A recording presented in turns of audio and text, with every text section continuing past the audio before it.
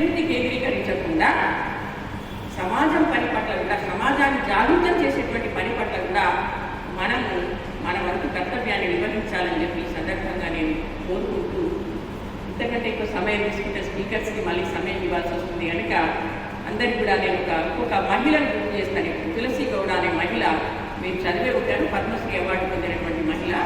ఆమె కేవలం ఒక ఫారెస్ట్ ఆఫీస్లో ఒక మామూలు కాంట్రాక్ట్ ఎంప్లాయీగా జాయిన్ అయినటువంటి ఒక మహిళ పద్మశ్రీ అవార్డు పొందింది. మీరు చూసే ఉంటారు, రామ్నాథ్ కోవింద్ నుంచి పద్మశ్రీ అవార్డు తీసుకునేటప్పుడు గిరిజన మహిళ ఆమె 30,000 మొక్కలను ఆమె నాటడానికి సహకరించి పద్మశ్రీ అవార్డు పొందగలిగింది.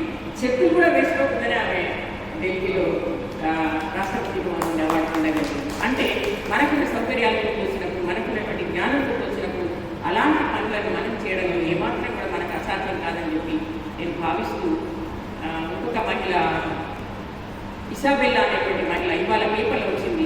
మెక్సికోలో గ్రీన్ బెల్ట్ సాధించడంలో 17,000 మంది స్థానిక కార్యకర్తలను మొబిలైజ్ చేసి సియర్రా అనేటువంటి ప్రాంతాన్ని పూర్తి హరితవనంగా మార్చివేసినటువంటి ఆ స్త్రీని, ఇలాంటి తులసి గౌడ లాంటి స్త్రీలను మనం స్ఫూర్తిగా తీసుకొని ఒక ఇంటి పనికే పరిమితం కాకుండా ఇల్లు, కుటుంబము, పిల్లలు అనేటువంటి దాని నుంచి కొంత బయటకు వచ్చి సమాజ హితానికి, సుస్థిర ప్రపంచ సాధనలో మనమంతా భాగస్వాములు కావాలని చెప్పి ఆకాంక్షిస్తూ నాకు ఈ అవకాశం ఇచ్చినటువంటి మీ అందరికీ కూడా కృతజ్ఞతలు తెలియజేస్తూ ముగిస్తున్నాను. Thank you.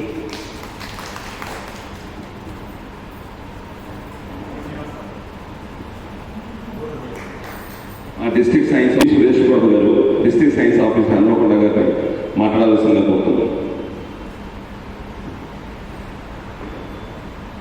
సభకు నమస్కారం. వేదిక మీద పెద్దలందరికీ శుభోదయం. మహిళా ఉపాధ్యాయులందరికీ కూడా మహిళా దినోత్సవ శుభాకాంక్షలు. మహిళలకు సైన్స్కు ఉన్నటువంటి ప్రగాఢమైనటువంటి అనుబంధం ఒకసారి గుర్తు చేసుకోవాల్సినటువంటి అవసరం ఉన్నదన్న సందర్భంలో మరి యాక్చువల్గా 2000లో ఈ కార్యక్రమాన్ని ప్రపోజ్ చేశాము డిఓ గారికి. అప్పుడు ఉన్నటువంటి పాండమిక్ సిచ్యువేషన్లో మరి ఆర్గనైజ్ చేయలేకపోయాము. ఒక 2 years తర్వాత ఈ సంవత్సరం సాధ్యమైనది. మరి మహిళా ఉపాధ్యాయులందరికీ కూడా ఉపయోగకరమైనది అన్న ఉద్దేశంతో ఉమెన్ ఇన్ సైన్స్ అనే ఈ కార్యక్రమాన్ని తీసుకోవడం జరిగింది. మరి ఈ కార్యక్రమానికి స్పీకర్లుగా వ్యవహరించమని అడగగానే మరి ముందుకు వచ్చినటువంటి రాగసుధా మేడం గారికి, అదేవిధంగా రాజమణి మేడం గారికి, వీళ్ళని ఆర్గనైజ్ చేసినటువంటి సుమలత మేడం గారికి కృతజ్ఞతలు తెలియజేస్తున్నాను. మరి పార్టిసిపేషన్ ఇంకా ఉండవలసి ఉండే, సరే వివిధ కారణాలు ఉండవచ్చు. సరే ఈ కార్యక్రమాన్ని మరి వీడియో తీయడం జరుగుతుంది, యూట్యూబ్లోకి చేయడం ద్వారా మరింత మందికి దీన్ని చేరవేసేటువంటి ప్రయత్నం చేస్తూ ఉన్నాము. మరి ఈ కార్యక్రమంలో మీరు పాల్గొంచుకుంటున్నందుకు జిల్లా విద్యాశాఖ పక్షాన కృతజ్ఞతలు తెలియజేస్తున్నాం. Thank you.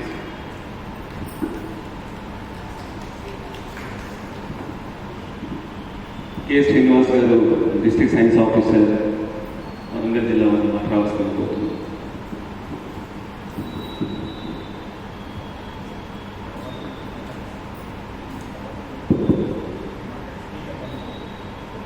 అంతర్జాతీయ మహిళా దినోత్సవాన్ని పురస్కరించుకొని మరి ఈరోజు రీజనల్ సైన్స్ సెంటర్లో ఏర్పాటు చేసినటువంటి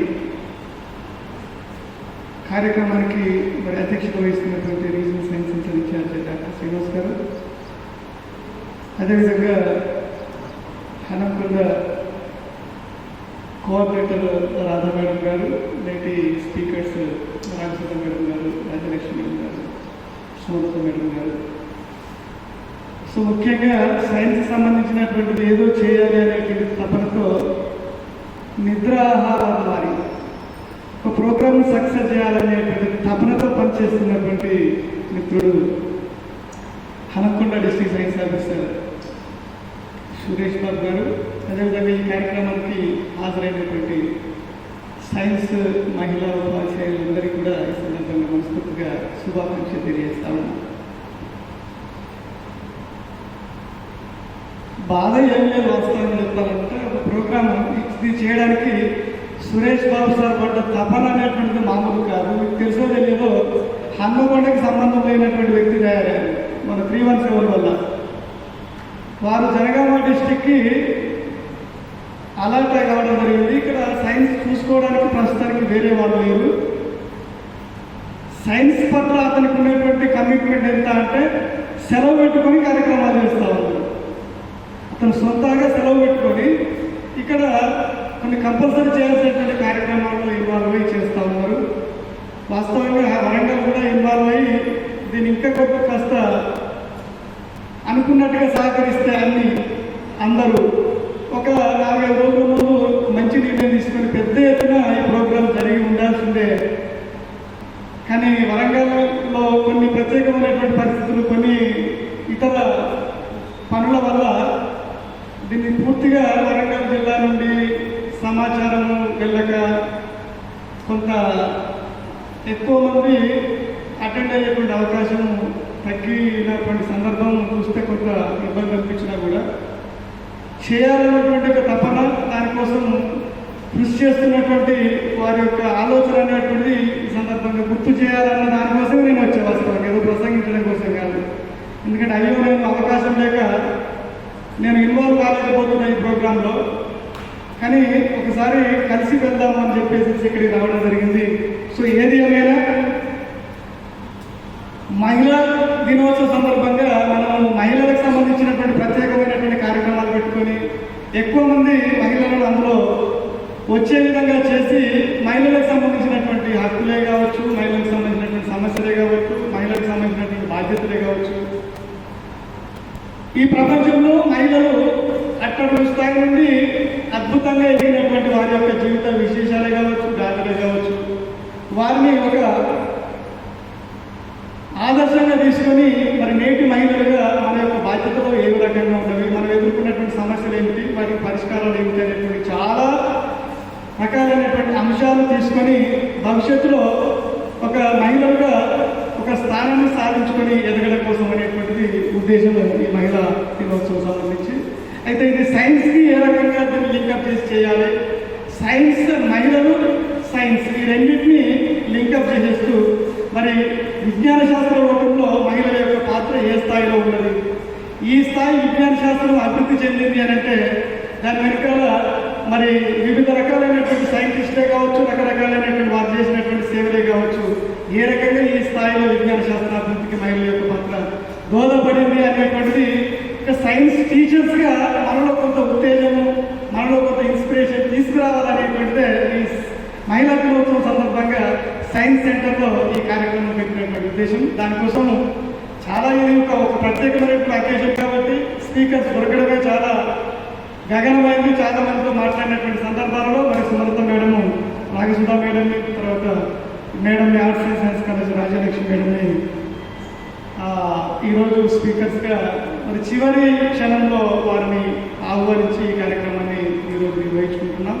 సో ఏది ఏమైనా ఇది ఈ కార్యక్రమం యొక్క ఉద్దేశాలే కానీ ఏదైనా తర్వాతనైనా అందుకోవాలనేటువంటి ఒక మంచి ఉద్దేశంతో మరి ఇక్కడ వీడియోలు తీసేసి మన సైన్స్ కమ్యూనిటీకి, ముఖ్యంగా సైన్స్ ఉమెన్ టీచర్స్కి అందించాలని చెప్పి దీన్ని వీడియో కూడా చేస్తూ ఉన్నారు. కాబట్టి ఏది ఏమైనా ఒక అద్భుతమైనటువంటి ఉత్తమమైనటువంటి మహిళా దినోత్సవం రోజు సైన్స్ సెంటర్లో సైన్స్ మహిళా ఉపాధ్యాయులను ఆహ్వానించి ఈ కార్యక్రమం నిర్వహిస్తున్నందుకు మరొకసారి మహిళా దినోత్సవం సందర్భంగా మనస్ఫూర్తిగా అభినందనలు, కృతజ్ఞతలు తెలియజేస్తూ మరి ఈ కార్యక్రమం మీరు తీసుకున్నటువంటి శ్రమ వృధా పోదు సురేష్ బాబు సార్. సో మన ప్రయత్నం జరుగుతూ ఉంటుంది. ఎప్పుడో ఒకసారి దీని యొక్క ఫలాలు మన యొక్క ఉద్దేశాలు అనేటువంటి చేరుతాయని చెప్పేసి నేను కోరుకుంటూ మరి దీనికి సహకరిస్తున్నటువంటి అందరికీ కూడా నేను మనస్ఫూర్తిగా అభినందనలు, కృతజ్ఞతలు తెలియజేస్తూ ముగిస్తున్నాను. Thank you very much.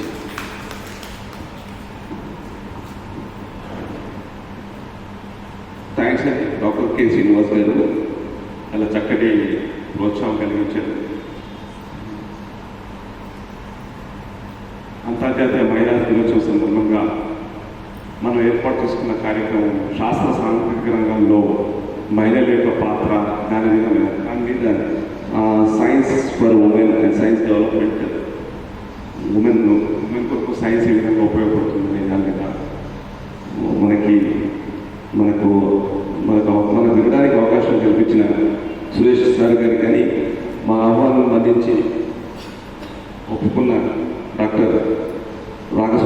మరొకసారి థ్యాంక్స్ చెప్తూ వారిని మాట్లాడవలసిందిగా కోరుతున్నాను. ఇవాళ మనందరికీ కూడా మనం ఎన్ని సమస్యలను అధిగమించి ఈ స్టేజ్కి వచ్చామో మనందరికీ తెలుసు. మేడం అన్నట్టుగా అసమానతలు ఉన్నాయి, వాటన్నిటిని అధిగమించి ఈ స్టేజ్కి వచ్చిన స్టిల్ అసమానతలు ఉన్నాయి అంటే ఎక్కడ ఫాల్ట్ అనేది మనం సమీక్షించుకోవాలి. సమీక్షించుకుంటూ మన పాత్ర ఏంటి దాంట్లో అనేది మనం ఖచ్చితంగా తెలుసుకొని ఆ దిశగా మన ప్రయత్నం మనం చేయాలి. సో మహిళకు వచ్చే గుర్తింపు ఆషామాషిగా రాదు, దానంతకదే రావాలి. యాక్చువల్గా మహిళ చేసే ఎఫర్ట్స్ వల్ల ఆటోమేటిక్గా వాళ్ళకుండే రికగ్నిషన్ వాళ్ళకు ఉండాలి, కానీ ఆ రికగ్నిషన్ లేదు, రైట్? కానీ అలాగని మనం అనుకోలేం కదా. ఎంతోమంది మహిళా టీచర్స్ ఉన్నారు, ఎంతోమంది మహిళలు కూడా ఉన్నారు. వాళ్ళ శక్తికి మించి వాళ్ళు ప్రయత్నం చేస్తూ, ఇంటిని చూస్తూ, తర్వాత ఫ్యామిలీని చూస్తూ, వాళ్ళ కెరియర్ని చూస్తూ, సమాజాన్ని చూస్తూ. ఫర్ ఎగ్జాంపుల్ నేనున్నాను, ఈ యాక్టివిటీ అనేది ఒక సమాజ సేవ, నా కాలేజ్ యాక్టివిటీ అనేది అకాడమిక్ సేవ, ఇంట్లో ఒక హౌస్ వైఫ్ చేయాల్సిన సేవ. సో ఇవన్నీ కూడా ఒక మల్టీ టాస్కింగ్ అనేది ఉమెన్కి వెన్నెతో పెట్టిన విద్య. సో ఆ బాటమ్ పిక్చర్ చూస్తే కనుక women as a multi tasker, top picture చూస్తే కనుక ఒక అమాయక బాలిక.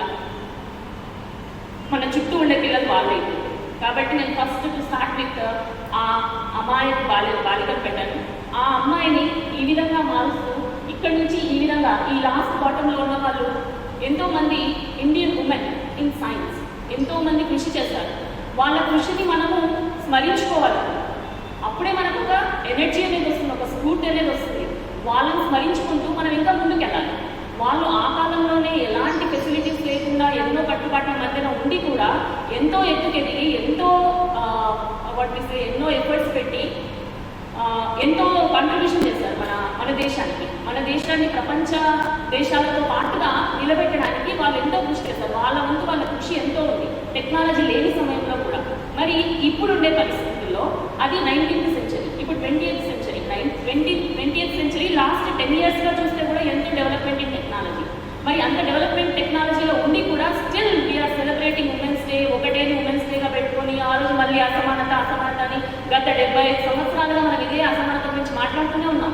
ఇంకెంతకాలం మాట్లాడుతూ ఉండాలి? ఎక్కడ రావాలి మార్పు అనేది? ప్రతి ఒక్కరిలో రావాలి. ఒక మహిళలోనే కాదు, మహిళ ఉండే వాళ్ళ కుటుంబంలో మార్పు రావాలి, సొసైటీలో మార్పు రావాలి, మనం చేసే ప్లేస్లో మార్పు రావాలి. ఇదంతా మార్పు ఉన్నప్పుడే మనకంటూ ఒక గుర్తింపు వస్తుంది. అసమానతలు, మన హక్కులు అవన్నీ పక్కన పెట్టడం, మనకంటూ ఒక గుర్తింపు ఉందా? ఫస్ట్ సమాజంలో కానీ ఇంట్లో కానీ మరి ఇంత చేస్తున్నప్పుడు మనకంటూ ఒక గుర్తింపు లేదు. ఆ గుర్తింపు కోసం ఫస్ట్ మనం మాట్లాడాలి. మరి ఇంత చేసిన తర్వాత కూడా రాలేదు, మరి ఇంకా చేయాల్సింది. ఆ గుర్తింపు తెచ్చుకోవాలి అంటే మనలో కూడా చాలా మార్పు రావాలి. మనకంటే మనం ఏదైనా మహిళ ఏమనుకుంటుందంటే నేను ఒక ఉమెన్ని ఈ డైరెక్షన్ అంటే ఇవన్నీ నేను చేయలేనేమో, అసాధ్యం. ఒక్కోసారి ఏమంటాము, ఇట్ ఈస్ నాట్ ఈజీ, అంత ఈజీ కాదు అంటాం.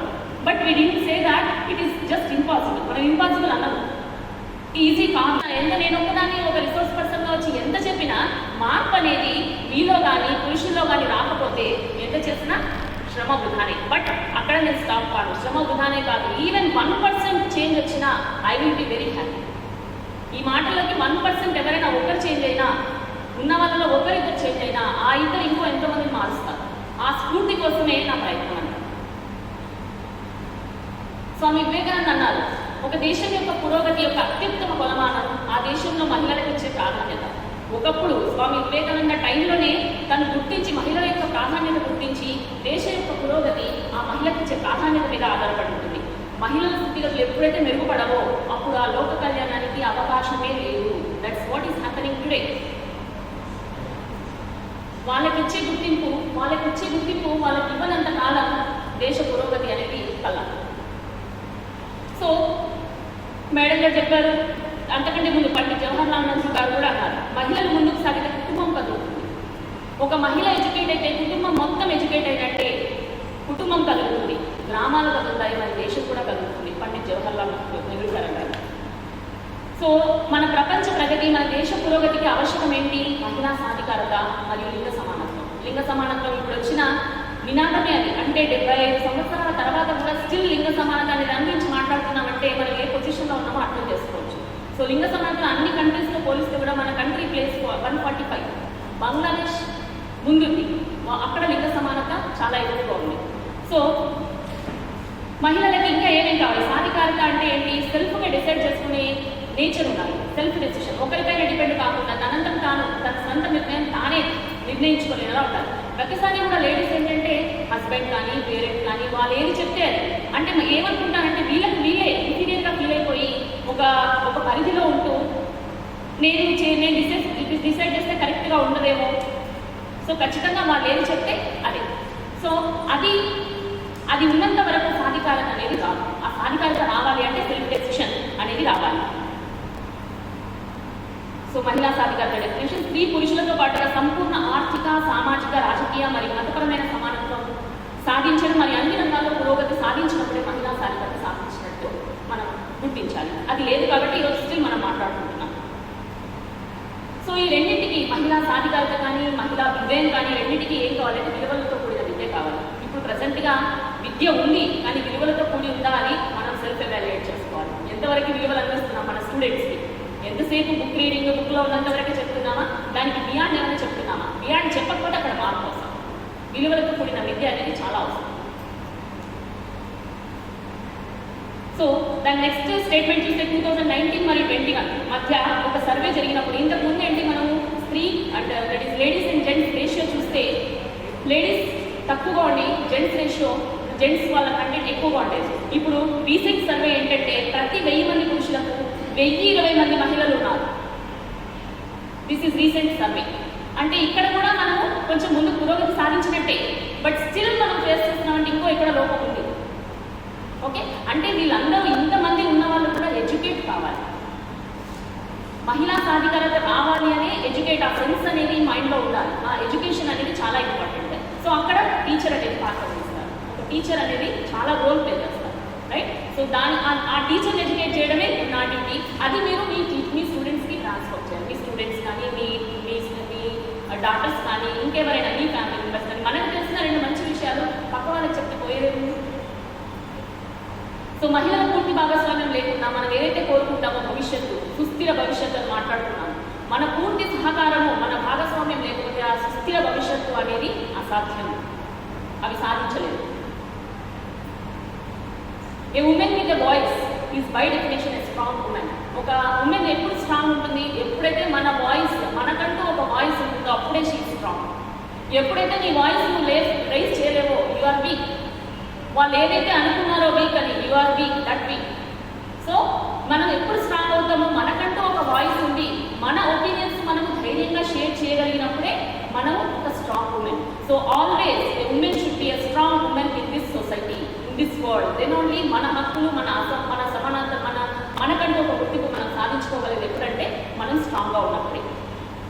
But the search to find that voice will be remarkably difficult. అదే ప్రాబ్లం. మనకంటూ మనకు వాయిస్ ఉంది కానీ దాన్ని బయటకు తీసుకురావడం ఒక పెద్ద డిఫికల్ట్, ఒక పెద్ద సమస్య. సో విలియం గోల్డింగ్ అన్నారు, అంటే ఆడవారు మగవారితో సమానం ఎప్పుడు కాదు, అది హెడింగ్. ఎప్పుడూ సమానులు కాదు, బట్ అంతకు మించి. అతడు వీర్యాన్ని ఇస్తే దాన్ని తన బిడ్డగా చేస్తుంది. అతడు బియ్యాన్ని ఇస్తే భోజనంగా మారుస్తుంది మహిళ. చిరునవ్వులు ఇస్తే తన ప్రశాంతతను అందిస్తుంది. అతడు గృహాన్ని ఇస్తే దాన్ని స్వర్గసీమగా మారుస్తుంది. అంటే అతడు దానికి ఏది ఇస్తాడో దానికి 10 చేసేస్తుంది మహిళ. సో ఎవరెవరు ఏం అందిస్తున్నారో, ఎవరెవరు ఏం తీసుకుంటున్నారో వాళ్ళు చెక్ చేసుకోవాలి. ఆడవారు మగవారితో సమానం ఎప్పుడూ కాదు, బట్ అంతకు మించి. సో విలియం గోల్డింగ్ వారు అన్నారు. He's a British novelist. So women empowerment, మనం ఎందుకు ఉమెన్ ఎంపవర్మెంట్ గురించి మాట్లాడాలి? మేడం ఆల్రెడీ చెప్పారు. నేను ఇంకా వేరే దాని మీద ఎక్కువ స్ట్రెస్ చేస్తాను. సో తల్లి, చెల్లి, ఆలి ఇలా అనేక బాధ్యతలు నిర్వహిస్తున్న స్త్రీలు వారు కోరుకున్న జీవితాన్ని నిజంగా అనుభవిస్తున్నారంటే లేదనే చెప్పొచ్చు. అందుకే మనం ఈరోజు సమావేశం అయ్యాము. So need for women empowerment. Golden Nobel ప్రైజెస్లో కూడా చూస్తే నోబెల్ ప్రైజెస్ ఎంతమందికి వచ్చింది ఉమెన్కి, తర్వాత నాసాలో ఎంతమంది లీడ్ చేస్తున్నారు, ఉమెన్ సైంటిస్ట్ ఎంతమంది ఉన్నారు, ఎంతమంది మన హిస్టరీని క్రియేట్ చేశారు, అవన్నీ చూస్తే కూడా వాళ్ళ పర్సంటేజ్ అనేది చాలా లేదు అని మాత్రం చెప్పలేము. చాలా విశిష్ట సేవలు అందించిన వాళ్ళు ఉన్నారు. బట్ పర్సెంటేజ్ వైజ్ చూస్తే చాలా చాలా తక్కువ. సో రీతు ఖైదర్ వీళ్ళందరికీ ఏం చెప్తాను నేను. 2021 వరకు 59 Nobel prizes have been given for 58 women. ఓవరాల్గా 885 నోబెల్ ప్రైజెస్ మెన్కు ఉంటే ఉమెన్కి ఉన్న నోబెల్ ప్రైజెస్ 58 మాత్రమే. అంటే టాలెంట్ లేదా? ఖచ్చితంగా రీజన్ కాదు. టాలెంట్ అనేది ఖచ్చితంగా ఉంది, సపోర్ట్ లేకపోవడం వల్ల. ఏదైనా సాధించగలరు మహిళలు అనే దానికి ఎన్నో నిదర్శనలు ఉన్నాయి. కానీ అందరూ ఎందుకు సాధించలేకపోతున్నారు అంటే మనకుండే కట్టుబాట్లు, మనకుండే సపోర్ట్ అనేది చాలా ఇంపార్టెంట్. ఒక మహిళ ముందుకు వెళ్ళాలి అంటే ఫ్యామిలీ సపోర్ట్ అనేది చాలా చాలా ఇంపార్టెంట్. అది కనుక ఉంటే మహిళ ఎక్కడో ఉంటుంది, అది లేకపోతే మహిళ ఎక్కడో కిందకి వెళ్తుంది, అదా పాతాళానికి వెళ్ళిపోతుంది. అదే సపోర్ట్ ఉంటే ఎక్కడో ఒక ఎవరెస్ట్ పై ఉన్నట్టుగా ఫీల్ అవుతుంది. ఆ సపోర్ట్ ఉంటే మనం ఎక్కడైనా అవ్వచ్చు. Now I'm here, it is because of my family support. అంటే భర్త సపోర్ట్ కానివ్వండి, అత్తమామ సపోర్ట్ కానివ్వండి. సో నేను మ్యారేజ్ అయినప్పుడు ఎంఎస్సీ, జస్ట్ ఎంఎస్సీ. 2002లో మ్యారేజ్ అయినప్పుడు జస్ట్ ఎంఎస్సీ, తర్వాత పిహెచ్డి. అంటే నా లోపల ఉండే టాలెంట్ని గుర్తించి నన్ను సపోర్ట్ చేసి నన్ను పిహెచ్డి చేయించి నన్ను ఇంకా అంటే మిగతా పనులన్నీ మేము చూసుకుంటాము, నువ్వు పేపర్స్ చేసుకో, పబ్లిష్ చేస్తే మంచి జాబ్ వస్తుంది, అలా సపోర్ట్ చేసి నాకంటూ ఒక ప్రొఫైల్ ఏర్పడినప్పుడు ఇమీడియట్గా రిక్రూట్మెంట్ పడింది. నా ప్రొఫైల్ దానికి సూటబుల్, నేను అప్లై చేస్తాను, నాకు వచ్చేస్తుంది. ఇప్పుడు నేను దీనికి అంత కారణం నేను గర్వంగా చెప్పుకోను. Right? It is family support. మనకి ఎంత టాలెంట్ ఉన్నా మనం ముందుకు వెళ్ళాలి అంటే ఫ్యామిలీ సపోర్ట్ అనేది 100%. మళ్ళీ ఇంకో విషయం చెప్తాను, ఫ్యామిలీ సపోర్ట్ లేకపోయినా మహిళ అనుకున్న సాధించాలంటే సాధిస్తుంది. కానీ ఏంటి, కొంచెం లిటిల్ మోర్ ఎఫర్ట్స్. 80% పెట్టాల్సింది 100% పెట్టాల్సింది ఇంకా ఎక్కువ పెట్టాలి. సపోర్ట్ ఉంటే కొంచెం తగ్గుతుంది, సపోర్ట్ లేకపోతే ఇంకా ఎక్కువ పెట్టాలి. బట్ ఒకసారి సంకల్పించుకుంది నేను ఇది చేయాలి అంటే చేస్తుంది. అది మనం రియలైజ్ కావాలి. మన శక్తి అంటే మనం ఫస్ట్ రియలైజ్ కావాలి. వీళ్ళందరూ అరౌండ్ 11 మెంబర్స్ కలెక్ట్ చేశారు. ఈ 11 మెంబర్స్ సైన్స్కి ఎంతో కృషి చేశారు, ఆ కాలంలో ఎంతో కృషి చేశారు. సో వాళ్ళందరి గురించి డీటెయిల్స్గా ఉన్నాయి. These 11 Indian women contributed to science when it was not easy for them. ఆ డేస్లో ఈజీ కానీ అంటే అన్ని కట్టుబాట్లలో ఏ టెక్నాలజీ లేకుండా, ఏ సపోర్ట్ లేకుండా ఎంతో కాంట్రిబ్యూట్ చేస్తారు. వాళ్ళ గురించి కొన్ని ఎందుకు ఇవి చూస్తున్నానంటే మనకంటూ ఒక స్ఫూర్తి రావాలి.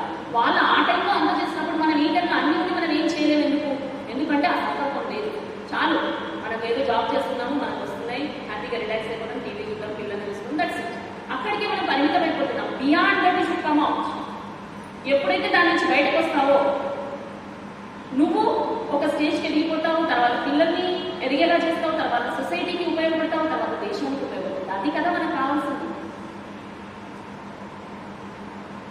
8 women scientists of India who made history.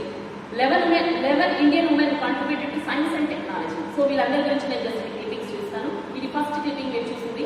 So 8 women scientists of India who made history. నా topic 8 women scientists who made women scientist మాత్రమే, ఇండియన్ ఉమెన్ సైంటిస్ట్ మాత్రమే తీసుకున్నాను. మొత్తం తీసుకుంటే చాలా మంది ఉంటారు. సో మనకుండే సమయంలో మన ఇండియాలో ఎందుకు ముందు తెలుసుకోవాలి. సో మన ఇండియన్ ఉమెన్ సైంటిస్ట్ కాంట్రిబ్యూషన్ ఏంటి? ఆనంది బై గోపాలరావు జోషి. తను మొదటి భారతీయ మహిళా వైద్యురాలు, ఫస్ట్ అండ్ ఫార్మోస్ట్ భారతీయ మహిళా వైద్యురాలు. డ్యూరేషన్ చూడండి, నేను ప్రాక్టికల్ ఇయర్స్ కూడా పెట్టాను. అంటే ఏ టైంకి చెందిన వాళ్ళు అని మనకు తెలుస్తుంది. అంటే వాళ్ళ ఎఫర్ట్స్ ఏంటనేది మనం దాన్ని ఈజీగా మ్యాగ్నిఫై చేసుకోవచ్చు. సో 1865 to 1887 చాలా షార్ట్ పీరియడ్, ఓన్లీ 22 ఇయర్స్. ఆ 22 ఇయర్స్లోనే తను ఫేస్ చేసిన ఆమె 14 ఇయర్స్లో ఒక కుమారుడికి జన్మనిచ్చింది. చిన్నతనంలో పెళ్ళై తర్వాత ఆ కుమారుడు చనిపోయినందుకు తనకు అంటే ఏదో ఏమంటారు సమ్ ప్రాబ్లం వల్ల, హెల్త్ ఇష్యూస్ వల్ల చనిపోయినందుకు ఆమె ఒక వైద్యురాలు కావాలి, నేను నా అబ్బాయిలా అయిపోయాడు కదా, నేను ఒక వైద్యురాలు కావాలన్న ఇన్స్పిరేషన్ ఆమెకు అప్పుడొచ్చి వాళ్ళ భర్త సపోర్ట్ వల్ల తను ఎంబీబీఎస్ చేసింది. విదేశాల్లో మెడిసిన్ చదవని భర్త ప్రోత్సహించాడు. అంటే ఇక్కడ భర్త ప్రోత్సాహం ఉన్నట్టే కదా. మనం అన్ని ఖండించనక్కర్లేదు, ఎక్కడ సపోర్ట్ అనక్కర్లేదు, ఉంటాయి. అది వచ్చేలా మనం కూడా చేసుకోవాలి. మనకు ఆ సపోర్ట్ రావాలి అంటే మనం కూడా ఆ విధంగా బిహేవ్ చేయాలి. ఇంట్లో మసులుకునే విధానం కూడా పెద్దలతో మసులుకునే విధానంతో కానీ, భర్తతో మసులుకునే విధానం కానీ అక్కడ కూడా మన స్కిల్ని మనం ఉపయోగించుకోవాలి. Give and take policy. నువ్వు మంచిగా ఉంటే వాళ్ళు కూడా మంచిగా ఉంటారు, వాళ్ళు మంచిగా లేకపోయినా నువ్వు మంచిగా ఉండి వాళ్ళు మంచిగా ఉండేలా చేసుకోవాలి. That is the skill of the women. So తన కింద ఒక స్టేట్మెంట్ ఇచ్చింది. సవాళ్ళకు కృతజ్ఞతతో ఉండండి. ఎందుకంటే మార్గంలో ఎలాంటి ఇబ్బందులు మరియు ముళ్ళు లేకుండా ఉంటే అప్పుడు ప్రతి స్త్రీ మరియు పురుషుడు తన ఆదిమస్థితిలోనే ఉండేవాడు. అంటే మనకి ఏమి కూడా సవాళ్ళు ఛాలెంజెస్ లేకపోతే మనం ఇంతే లైఫ్ అనుకొని అంతకే ఉంటాం. మనం ఎప్పుడు డెవలప్ అవుతే ఎప్పుడైతే మనకి ఛాలెంజెస్ ఫేస్ చేస్తామో అప్పుడు అనేది డెవలప్మెంట్ అనేది వస్తుంది. సో కాబట్టి సవాళ్ళకి మనం ఎప్పుడు కూడా కృతజ్ఞత ఉండాలి. We should thank our challenges. నాగరికత మరియు మానసిక ఎటువంటి పురోగతి సాధించలేదు. అలా ఉండేవాడు ఎప్పుడు కూడా పురోగతి సాధించాడు. కానీ అవి తన వర్డ్స్. జానకి అమ్మ తను 1977 చూడండి, 1897 to 1984 డ్యూరేషన్. 1977లో పద్మశ్రీ అవార్డు అందుకున్న మొదటి భారతీయ శాస్త్రవేత్త, సైన్స్ రైట్, భారతీయ శాస్త్రవేత్త. తను botanical survey of India director జనరల్గా కనిపించిన ఆమె బాటనిస్ట్ అనమాట. తర్వాత సైటోజెనెటిక్స్లో ఆమె రీసెర్చ్ చేసింది. ఆమె సైటోజెనెటిక్స్లో శాస్త్రీయ పరిశోధన కొనసాగించింది. తర్వాత డైరెక్టర్ జనరల్గా ఆ పదవిని 1900స్లో ఆ పదవి వచ్చింది అంటే ఆమె ఎఫర్ట్స్ ఎంత ఉన్నాయో అర్థం చేసుకోండి. కమలా సోహిని, ఈమె ఇంకో విషయం, సైంటిఫిక్ విభాగంలో అంటే సైన్స్ విభాగంలో పిహెచ్డి అంటే డాక్టరేట్ పొందిన మొట్టమొదటి మహిళ, భారతీయ మహిళ. రీసెర్చ్ ఫెలోషిప్ కోసము ఇండియన్ ఇన్స్టిట్యూట్ ఆఫ్ సైన్స్కి అప్లై చేస్తే ఆమె అప్లికేషన్ తిరస్కరణ గురైంది. ఎందుకు అంటే రీజన్, ఆమె ఒక మహిళ. ఆమె ఒక మహిళ అనే కారణంగా ఆమె అప్లికేషన్ రిజెక్ట్ చేశారు. కానీ అప్పుడు professor C V Raman, national science day జరుపుకుంటామని, ఆ సివి రామన్ గారు ఆమె మొదటి విద్యార్థి. ఆ సార్కి ఆమె ఫస్ట్ స్టూడెంట్. అంటే ఆమె టాలెంట్ని గ్రహించి తను ఆమెకి అవకాశం ఇచ్చారు. అంటే మహిళలకు ఎంతో టాలెంట్ ఉంటుంది, బట్ అవకాశం అనేది చాలా ఇంపార్టెంట్. ఆ అవకాశం వస్తే మనల్ని మనం గుర్తు చేసుకోవాలి. ఎప్పుడు ఏ అవకాశం వచ్చినా మనం వదులుకోకూడదు, అదొకటి గుర్తుపెట్టుకోండి. ఈరోజు ఒక సమావేశం ఏర్పాటు చేస్తే ఒక అవకాశం అందరికీ, వచ్చిన వాళ్ళు బెనిఫిట్ అవుతారు, రాని వాళ్ళు లాస్ అవుతారు. సో ఏ అవకాశం వచ్చినా మిమ్మల్ని ఏదో ఒక స్టేజ్ పైకి వచ్చి మాట్లాడమన్నారు, డోంట్ లీవ్ ఇట్. ప్రతి వాళ్ళు ఫస్ట్ టైం 100% ఇవ్వలేరు కదా. సో ఎప్పుడు కూడా ఏ అవకాశం కూడా వదులుకోదు. అవకాశం అనేది చాలా చాలా important. Rajeshwari Chatterjee, first women engineer from the state of Karnataka. She studied at university of Michigan and masters degree వచ్చింది. తర్వాత ఎలక్ట్రికల్ ఇంజనీరింగ్లో తను పట్టా పొందింది. ఐఐఎస్ బెంగళూరులో తను వర్క్ చేసింది. సో తను first women engineer 1920s. Kalpana Chawla, తెలుసు మనకు కల్పనా చావ్లా గురించి. 1960 to 2003 తను అంతరిక్షయానం చేసిన తొలి భారతీయ మహిళ, తొలి ఆసియా మహిళ. సో 2003 ఫిబ్రవరి 1 రోజు అంతరిక్షం నుంచి భూమి వాతావరణంలో తిరిగి ప్రవేశిస్తున్నప్పుడు ప్రమాదంలో కల్పన గారు మరణించారు. సో ఆమె 40 years దుర్మరణం కాలేదు. ప్రతి ఒక్కరికి తెలుసు అది చాలా రిస్క్తో కూడుకున్నది. కానీ తను ఆ రిస్క్తో కూడుకున్నది కూడా ఛాలెంజ్గా తీసుకొని ఏం చేసింది, అక్కడ చిన్న పొరపాటు జరిగినా తనకు తెలుసు బూడిదైపోతారని, బట్ ధైర్యంగా ముందుకు అడిగేశారు. అలాంటి ధైర్యం మనకు స్ఫూర్తిస్తుంది. సో తను దాన్ని కూడా చిరునవ్వుతో స్వీకరించింది. మరణాన్ని కూడా తన జీవితం నేర్పడానికి ఎంతో స్ఫూర్తిదాయకం. అంటే పట్టుదల, కృషి, అంకితభావం ఉంటే మహిళ సాధించలేని అంటూ ఏది లేదని ఆమె లైఫ్ మనకు ఉదాహరణ. దీపా చౌదరి, తన ఒక ఫిజిసిస్ట్. తన పేరు మీద ఒక స్టార్ కూడా ఉంది. మీరు అంటే ఒకవేళ మీకు దిగట్టు తెలిసిన ఫిజిక్స్ వాళ్ళు ఎవరైనా ఉంటే తన పేరు మీద ఒక స్టార్కి తన పేరు పెట్టారు. So is one of the early contributors of science and has a star named after her. December 2019లో the star which is nearly 340 light years away from us was named as Diva to honor Indian women's contribution in science. ఆమె కాంట్రిబ్యూషన్ని honour చేయడానికి ఆమె పేరు మీద ఒక star ఉంది. So Chowdhury, who was known for her work on elementary particle physics, cosmic rays, was also only girl students. ఆమె PG చేసినప్పుడు కూడా వాళ్ళ మొత్తం క్లాస్లో ఆమె ఒక్కటే girl student. So that is about Diva Chaudhari. తర్వాత తను విక్రమ్ సారాభాయి గారితో కూడా వర్క్ చేసింది. Who is reported as father of India space programme. తను Hiravati Karthik is the female Indian anthropologist who made her way in the male dominated discipline in the Indian society. తర్వాత she served as the founding member so many things. Vice chancellor SNDT university అప్పట్లో 1963లో she has acted as vice chancellor. అంటే తను ఏ మేర కృషి చేస్తుందో మనం అర్థం చేసుకోవచ్చు. Kamal Ranadive, one of the early cancer researchers of India. అంటే ఆమె క్యాన్సర్లో రీసెర్చ్ చేసింది. 1970 to 2001. సో అప్పటికే క్యాన్సర్ మహమ్మారి విజృంభిస్తుంది, ఇప్పుడు ఇంకా విజృంభిస్తుంది. సో అప్పటి నుంచే తన ట్రయల్స్ క్యాన్సర్ పైన తను రీసెర్చ్ చేసింది.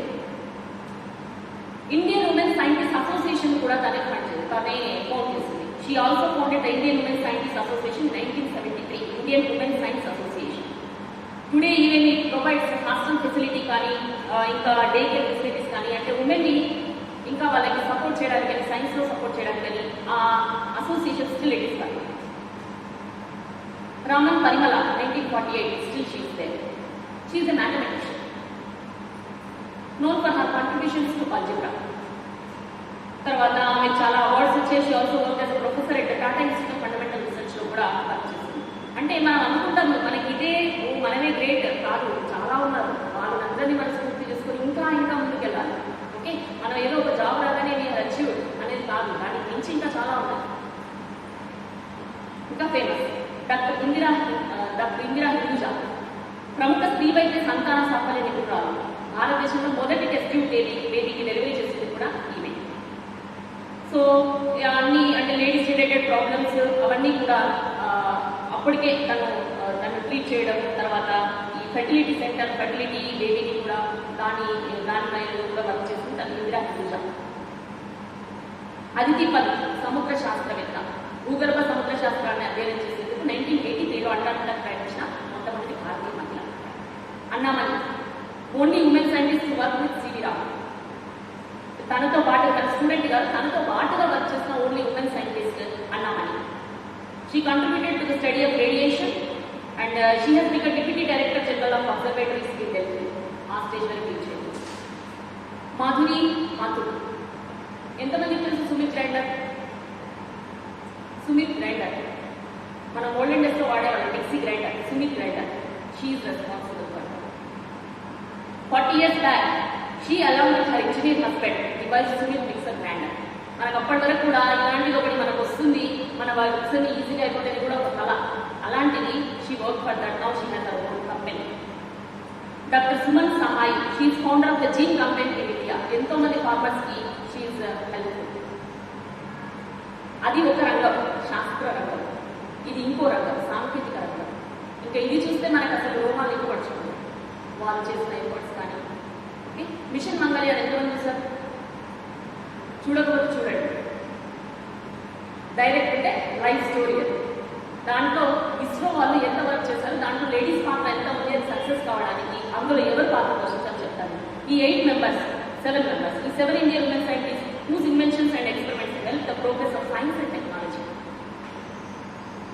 Tessy Thomas, missile woman of India అంటారు. మిస్సైల్ అంటేనే మనకి ఏదో, మిస్సైల్ ఉమెన్ ఆఫ్ ఇండియా అంటారు. Okay, missile woman of India. She's first ever woman scientist to head a missile project in India. Lead చేయడానికి ఆమె ఫస్ట్ ఉమెన్. అండ్ డిఆర్డీఓలో పనిచేస్తుంటాను. 56 years old, ఏజ్ కూడా తక్కువే కాదు, 56 years old in missile guidance and has worked in the field over 3 decades. 30 సంవత్సరాల నుంచి work చేస్తుంది. She is a recipient of multiple fellowships. అదొకే. Ritu Karidhal, she is the main one who worked in mission Mangal. Okay, మనకు విద్యాబాలన్ ఏదైతే role play చేస్తుందో తన role ఏదో. ఈమెన్ ఏమంటారంటే రాకెట్ ఉమెన్ ఆఫ్ ఇండియా. తను missile women of India, she is rocket women of India. A role in leading the India's most ambitious lunar projects. Rocket Women of India, Ritu joined ISRO in 2007, an aerospace engineer. In 2007, she also received the ISRO Young Scientist Award. Mutaya Vanita, తను కూడా ఆ రితు కరితలతో పాటుగా work చేస్తుంది. ఆ మంగళయాన్ సక్సెస్కి తను కూడా కారణం. సో తను ఏదో ఇక్కడ ఉంటారు. First woman to lead the interplanetary mission at ISRO. Project director. She has work ISRO for over 3 decades. Junior ఇంజనీర్గా స్టార్ట్ చేసి ఎన్నో ప్రమోషన్స్ తీసుకుని తను బెస్ట్ ఉమెన్ సైంటిస్ట్ అవార్డు కూడా తీసుకుంది. Gagandeep Kang, doctor Gagandeep Kang becomes the first Indian woman to be elected as a Royal Society Fellow. Royal Society Fellow అంటే చాలా highest achievement అన్నమాట. సో ఆమె first Indian woman to be elected as Royal Society Fellow in 350 అంటే for the past 359 years ఎవరు కూడా women కూడా లేదు, తను ఫస్ట్ ఉమెన్ అన్నమాట. She has been elected. So ఆమె ఏంటంటే మైక్రోబయాలజిస్ట్ అండ్ బయాలజిస్ట్. తను ఇంకా అడ్వెంచర్. మంగళమణి, తను ఏంటంటే ఇస్రో వాళ్ళది అక్కడ వాట్ వి సే దక్షిణ ఖండంలో అంటే అంటార్క్టికాలో ఇస్రో యొక్క గ్రౌండ్ స్టేషన్ పెడతారు. ఆ గ్రౌండ్ స్టేషన్కి అక్కడ ఉండి దాన్ని మానిటర్ చేయడానికని ఒక గ్రూప్ ఆఫ్ పీపుల్ వెళ్ళారు. ఇస్రో 23 మెంబర్స్. ఆ 23 మెంబర్స్లో 50 ఇయర్స్ పైన పడిన ఉమెన్ ఎవరు అంటే ఈమె. అక్కడ మొత్తం మంచు కురుస్తుంది. For the first time she experience ఆ మంచు అంటే ఆ మంచుని తన ఎక్స్పీరియన్స్. అప్పటి వరకు మంచు కురిసేది కూడా ఆమెకు తెలియదు, అంటే ఎలా ఉంటుందో కూడా ఎక్స్పీరియన్స్ లేదు. అలాంటి 50 ఇయర్స్ ఏజ్లో తన డేకి మెచ్చుకోవచ్చు. వాళ్ళతో పాటుగా తను వెళ్ళి అక్కడ ఎన్ని రోజులు ఉంది అంటే 403 డేస్ అక్కడ 403 డేస్. సో మనం ఎంత వాళ్ళ ముందర మన కంట్రిబ్యూషన్ ఎంత ఉంది? సో మనం ఇంకా ఎంత చేయొచ్చు? ఓకే, తను మంగళమణి. ఆమె వర్డ్స్ ఏంటంటే women are venturing into every field. ప్రతి దాంట్లో కూడా దూసుకెళ్తున్నారు. Women just need to be willing. మనకు విల్ అనేది ఉండాలి. Ready and take the opportunity. ఇంతకుముందు చెప్పాను, ఆపర్చునిటీ అనేది వస్తే దాన్ని మనం తీసుకోవాలి. With knowledge of explore the sky is not the limit. ఆకాశం హద్దు కాదు. ఓకే, బియాండ్ దట్ దూసుకెళ్ళాలి. దానికి కావాల్సిన ఏంటంటే ఆపర్చునిటీ ఉపయోగించుకోవడం, మనం ఏదో చేయాలనే తపన ఉంటాడు. కామాక్షి శివరామకృష్ణన్ తను తెలుగులో రాశారు అక్కడ, ప్లూటోని జనరల్గా ఒక గ్రహంగా కూడా యాక్సెప్ట్ చేయరు. అలాంటి ప్లేస్కి చిప్ని పంపించి అక్కడి నుంచి ఇన్ఫర్మేషన్ గ్యాదర్ చేసే దాంట్లో తన రోల్ ఉందన్నమాట. సో చూడండి ఏ స్టేజ్లో ఉన్నారు తను. కామాక్షి శివరామకృష్ణన్, దానికి ఆమె బాధ్యత వస్తుంది. చంద్రిమా షాహా తను biologist, first ever woman president of the Indian national science academy. ఇన్సాకి ఫస్ట్ ఉమెన్ ప్రెసిడెంట్ ఇన్ 2022. తన లాస్ట్ స్టేట్మెంట్ చూడండి, being ignored by male colleagues in her early days as a scientist. తాను సైంటిస్ట్గా వర్క్ చేస్తున్నప్పుడు తన మేల్ కొలీగ్స్ ఉంటారు కదా, తన చుట్టూ ఉండే మేల్ కొలీగ్స్, వాళ్ళు తనని జస్ట్ ఇగ్నోర్ చేసేసారట. ఆ ఇగ్నోర్ చేసి ఈవెన్ షేక్ హ్యాండ్ కూడా పనికిరాదు అనేది ఆమెను కదిలించి వేసింది. దాన్ని ఇన్స్పిరేషన్గా తీసుకొని, దాన్ని మోటివేషన్గా తీసుకొని అది ఆమె ముందుకు కదిలించింది అనమాట. So that motivated her to keep going no matter what and establish herself as a successful person. అది కదా మనకు కావాల్సింది. బిఫోర్ మ్యారేజ్ మన ఫాదర్ మనకు సపోర్ట్ చేస్తారు. After marriage husband should support and guide as it. మన ఫాదర్ ఎలా చేస్తాడో మన హస్బెండ్ కూడా అలా చేయాలి. సో దట్ మన డ్రీమ్స్, మనకంటే ప్రతి ఒక్కరికి డ్రీమ్స్ ఉంటాయి, మనకు డ్రీమ్స్ ఉంటాయి, మన అబిలిటీస్ని బట్టి మనకు డ్రీమ్స్ ఉంటాయి. మనము ఏదో దేశానికి ఏదో చేయాలి, సమాజానికి ఏదో చేయాలి, నాకున్న నాలెడ్జ్ని నేను కూడా షేర్ చేయాలని మనందరికీ ఉంటుంది. సో అలా ఉన్నప్పుడు ఇంతకుముందు ఫాదర్ ఎలా చేస్తాడో హస్బెండ్ కూడా అలా చేయాలి. కానీ మనకేమవుతుంది, అలా చేయకపోగా ఇంకా సమస్యలు ఎదురవుతాయి. కొన్ని సందర్భాల్లో సహాయం పొందడానికి బదులుగా మన కుటుంబ సభ్యులు చేనే హింసించబడేది కూడా ఎదుర్కొంటాం. కుటుంబ సభ్యులే ఆ మహిళలని ముందుకు వెళ్లకుండా ట్రాక్ చేయడం. బయట ప్రపంచం అనవసరం, ఇంకా కుటుంబ సభ్యులే ముందుకు వెళ్లకుండా. ఫర్ ఎగ్జాంపుల్, మహిళలే ఒక శత్రువు అన్నట్టుగా అయిపోయింది. ఫస్ట్ మనం మారాలి. మన పక్కన మహిళలకు మనం విలువ ఇవ్వాలి. అప్పుడు వేరే వాళ్ళతో ఎక్స్పెక్ట్ చేయాలి. మనమే మన పక్కన వాళ్ళకి విలువ అయినప్పుడు మన పక్కన నుండి పురుషులు ఏం విలువిస్తారు? సో ఆ యాటిట్యూడ్ అనేది మార్చుకోవాలి. కుటుంబ సభ్యులు, బంధువులు, ఇరువురు ఎంతమంది ఉన్నా వారి ఇళ్లలో మరియు కార్యాలయంలో లైంగిక వేధింపులు కామన్ అయిపోయాయి. సో ఇది ఇంకొక కాంపోనెంట్. కాబట్టి వాళ్ళ లైఫ్లో వాళ్ళ డ్రీమ్స్ని ఫుల్ఫిల్ చేసుకోవాలంటే ఎందుకు స్ట్రగుల్స్ చేయాలి?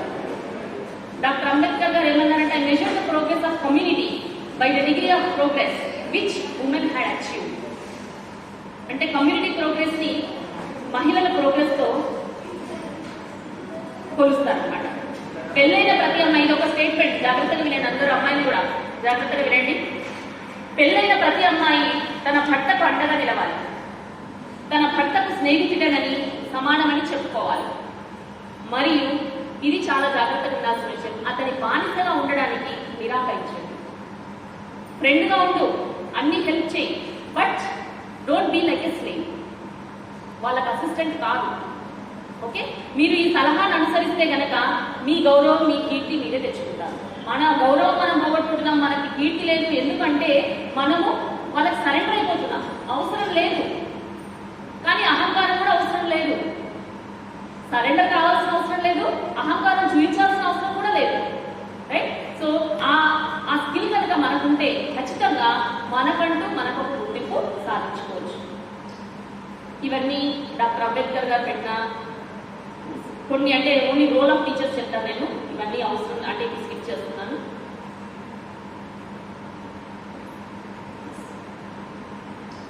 Role of a teacher to empower girls students. ఇంతవరకు మనము శాస్త్ర సాంకేతిక రంగాల్లో కృషి చేసిన అందరి గురించి తెలుసుకున్నాం, మనకు ఎంతో స్ఫూర్తి తెలిసింది. ఇప్పుడు ఆ స్ఫూర్తితో నేను కూడా దాంట్లోకి వెళ్తాను అంటే ఇప్పుడుండే పరిస్థితులు అది కుదరదు, రైట్? సో మనం చేయాల్సింది, మనం అచీవ్ చేయాల్సింది చేస్తాము. ఇంకా ముందుకెళ్ళాలంటే ఆ డైరెక్షన్లో కొంచెం ముందుకెళ్ళచ్చు. కానీ నేను కూడా అక్కడ ఇస్రోలో వర్క్ చేస్తాను, డిఆర్డీఓలో వర్క్ చేస్తానంటే ఆ ఏజ్ దాటిపోయింది, రైట్? మరి ఇప్పుడుండే మనకేంటి, మనకుండే అవకాశం ఏంటి అంటే, ఒక మంచి అవకాశం ఏంటంటే ఒక ఉమెన్ టీచర్కి స్టూడెంట్స్. మీరు ఏదైతే మీరు కోల్పోయారో, ఏదైతే మీరు చేయలేకపోయారో, ఏదైతే ప్రాపర్ గైడెన్స్ లేక మీరు చేయలేకపోయారో అది ఈ స్టూడెంట్స్లో మనం కలిగించాలి. అంటే ఒక స్ఫూర్తిని కలిగించాలి, సైన్స్ పట్ల ఒక అవగాహన కలిగించాలి, మన చుట్టూ ఏం జరుగుతుంది అదంతా మనం వాళ్ళని మోటివేట్ చేయాలి. So help them to become business leaders. Teachers role ఇది. స్టూడెంట్స్ని వాళ్ళు బిజినెస్ లీడర్స్గా మారేటట్టు మనం హెల్ప్ చేయాలి. Help them to grow more and get better food. Help them to get good education. విలువలతో కూడిన ఎడ్యుకేషన్ మనం ఇవ్వాలి. Help them to achieve victory against every evil. 6S for women empowerment. 6S letters. శిక్ష education, స్వాస్థ్య అంటే health, స్వావలంబన్ self reliance అంటే independent, ability to do things and make decisions by your self reliant without needing other people to help you. సామాజిక న్యాయం justice, సంవేదన sensitivity, సమత equality. ఇవే కదా మనం కోరుకునేది. మహిళా సాధికారత రావాలంటే ఈ అన్ని ఎస్లు మనకి రావాలి. ఈ అన్ని ఎస్లు రావాలి అంటే మనం మారాలి. Women with so many inherent qualities, అన్ని ఉన్నాయని మనకే తెలియదు. సో దాన్ని శోధించాలి మనం. First inherent skills of women. Realise your potential. First నీకుండే స్కిల్స్ మనల్ని మనం అండర్స్టాండ్ చేసుకోవాలి. నాకు ఇంత పొటెన్షియల్ ఉంది అని మనల్ని మనం ఫస్ట్ గుర్తించుకోవాలి. Realise your potential. You are not less than anyone. మనం ఎప్పుడు ఎవరితో కూడా తక్కువ కాదు. Trust yourself. ఫస్ట్ నీపైన నీకు నమ్మకం పెట్టు, నేను చేయగలను అని. Trust yourself. Go ahead with your dreams and achieve your vision. ఇది అందరి పిల్లలకి message. Never underestimate your determination and ability to do the unthinkable. అంటే నిన్ను నువ్వు అండర్ ఎస్టిమేట్ చేయదు. నేను అది చేయలేను, ఇది చేయలేను అని అండర్ ఎస్టిమేట్ ఎప్పుడు కూడా అండర్ ఎస్టిమేట్ చేసుకోదు. నీ పైన నీకు నమ్మకం ఉండాలి, నీ పొటెన్షియల్ నీకు తెలిసి ఉండాలి. So message to all girls and women, never under estimate. ఎప్పుడైతే అది నువ్వు మార్చుకుంటావో, ఎప్పుడైతే నువ్వు ఉమెన్ ఎంపవర్మెంట్ అనేది నీ ఆ డైరెక్షన్లో వస్తుందో అప్పుడు you will be like this. Do not underestimate my determination and ability. You are saying after your empowerment, you are saying that I can do anything. So words of an empowered woman. Do not underestimate my determination and ability అనేది ఆ words ఎవరి నుంచి వస్తున్నాయి? Empowered women నుంచి వస్తున్నాయి. ఇక్కడ మనల్ని మనం మార్చుకోవాలి. ఎప్పుడైతే ఉమెన్ ఎంపవర్మెంట్ జరిగిందో then you should start changing like that. స్త్రీలు శక్తికి, ప్రేమకి, ధైర్యానికి ప్రతిరూపం అంటాము. ఎ strong women is the life line of her family. ఆధారం, జీవనాధారం ఒక స్ట్రాంగ్ ఉమెన్. ఇది ఇంకొక స్టేట్మెంట్, అది మీరు చదవండి, టైం లేదు. So don't be a woman that needs a man. ఇది ఒక స్టేట్మెంట్, మీరు కొంచెం ట్రిక్కీగా ఉంటుంది, ఆలోచించుకోవాలి. Don't be a woman that needs a man, but be a woman a man needs. అర్థమైందా? So we should be like that. Women empowerment already Swami Vivekananda గారు చెప్పారు, ఆల్రెడీ చెప్పారు మీకు. Motivating women into fulfilling areas. ఏ స్టేజ్లో జరగాలి? సెల్ఫ్గా మార్పు రావాలి, ఫ్యామిలీలో మార్పు రావాలి, సోషల్గా మార్పు రావాలి, ఇన్స్టిట్యూషన్లో మార్పు రావాలి. అంటే ఎప్పుడైతే ఈ అన్ని చోట్ల కూడా మార్పు వస్తుందో అప్పుడే మనము సాధికారత సాధించగలుగుతాం. మనకంటూ మనం ఆ ఈక్వాలిటీ, జెండర్ ఈక్వాలిటీ కానీ, మన హక్కులు కానీ అన్నీ కూడా మనం సాధించుకోగలుగుతాం. వర్క్ లైఫ్ బ్యాలెన్స్ని ఎలా చేసుకోవాలి ఒక ఉమెన్, వర్కింగ్ ఉమెన్? ప్రయారిటీస్ వేసుకోవాలి, assign priorities both at home and work. ఒక మహిళ ఏదైనా టాస్క్ ఇస్తే 100% తాను జస్టిఫై చేసినట్టుగా ఒక పురుషుడు కూడా చేయలేడు. అది తన వ్యూహ రచన, తన ప్లానింగ్ అనేది అలా ఉంటుంది. ఎందుకంటే తనకు తెలుసు, తనకుండే సమస్యలు తెలుసు. నేను 8 o'clock బస్ పెట్టుకోవాలి, 6 గంటలకు లేస్తే కానీ కాదు, పిల్లలకు బాక్సులు కట్టాలి, రైట్? 8 o'clock నేను వెళ్ళిపోవాలి. సో ఆ ప్లానింగ్ వేసుకుంటుంది. నైటే ప్లానింగ్, రేపు ఏం కర్రీ చేయాలి అవన్నీ ముందే ప్లానింగ్ వేసుకుంటాను. 6 to 8 ఫినిష్, నేను 8 o'clock బస్ ఎక్కుతాను. అక్కడ పోయిన తర్వాత అకాడమిక్ డ్యూటీ, అది ప్లానింగ్ గా వేసుకుంటారు. మళ్ళీ ఇంటికి అది క్యారీ చేయకూడదు, ఎందుకంటే మళ్ళీ ఇంట్లో ఉండే పనులు ఉంటాయి కదా. సో ఆ ప్లానింగ్ అనేది, పక్కా ప్లానింగ్ అనేది ఒక woman is a best planner. కాబట్టి ఏ టాస్క్, ఈక్వల్ టాస్క్ ఒక మెన్ కి ఒక ఉమెన్ కి ఇస్తే 100% జస్టిఫై చేసేది ఒక ఉమెన్ మాత్రమే, because of her inherent talent. ఇవన్నీ ఎన్నో స్కీమ్స్ గవర్నమెంట్ ఇచ్చింది ఉమెన్ ఎంపవర్మెంట్ కి. సో ఇవన్నీ ఫస్ట్ ఉమెన్, ఇవి చూపిస్తాను. పిల్లలు వచ్చారు కాబట్టి మన మహిళలు ఏ రంగంలో లేదు. ఇంతవరకు శాస్త్ర సాంకేతిక రంగాలు చెప్పాను నేను, జస్ట్ చూపిస్తాను నేను. I will not take much time, 5 minutes complete చేస్తాను. వాళ్ళు వచ్చారు కాబట్టి వాళ్ళు, లేదంటే ఇక్కడ స్టాప్ చేస్తారు నేను. సో ఇండియన్ ఎయిర్ ఫోర్సెస్ మహిళలు చూడండి. సో అది చూడగానే అంటే ఎయిర్ ఫోర్సెస్ లో కానీ, ఆర్మ్ ఫోర్సెస్ లో కానీ, రక్షణ రంగంలో కానీ, రోదసి రంగంలో కానీ వాళ్ళ కాంట్రిబ్యూషన్ చూడండి, వాళ్ళ కాన్ఫిడెన్స్ చూడండి. బేస్ లో కనిపిస్తున్న confidence. So that should be the spirit. ఏదో మనం స్కూల్కి వెళ్ళామా, వాళ్ళు చెప్పే చదువుకున్నామా, హోంవర్క్ రాసామా, ఇంటికి వచ్చామా, దట్ ఈస్ ఫినిష్డ్. అది కాదు.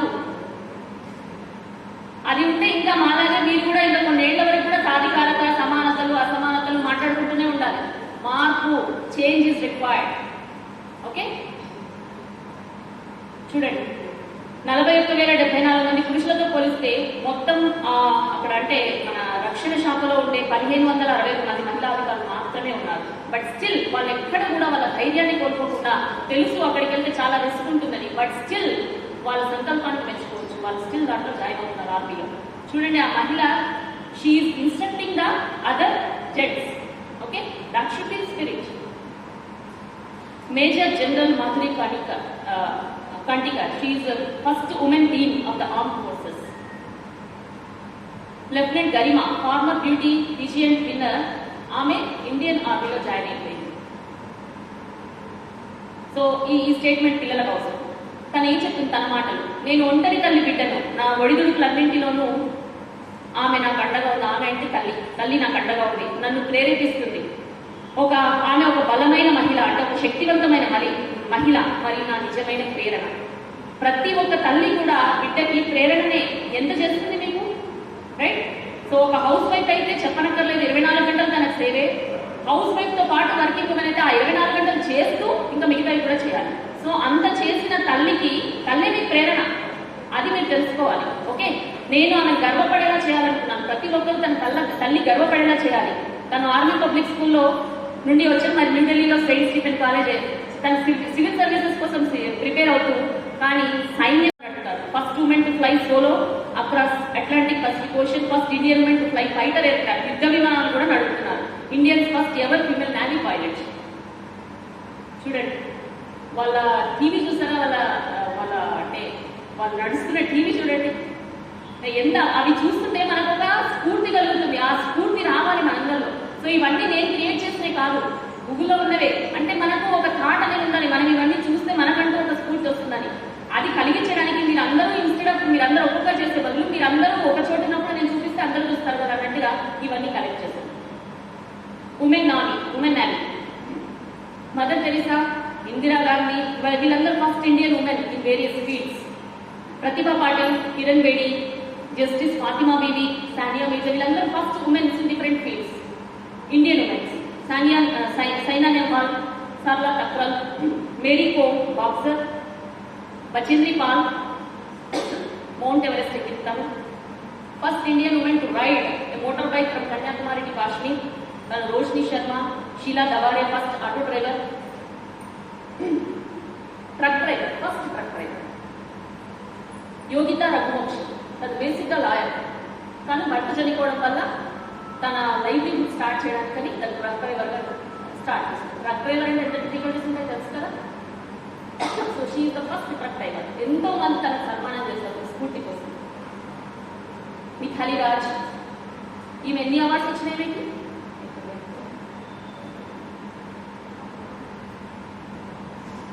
తెలుసా? పివి సింధు, తను ఎన్ని అవార్డ్స్ వచ్చినాయి? తను at the age of 26 years అన్ని అవార్డ్స్, పద్మభూషణ్, పద్మవిభూషణ్ అన్నీ వచ్చాయి. అంటే మనం దేంట్లో తక్కువ? సో వర్క్ చేయాలి, efforts.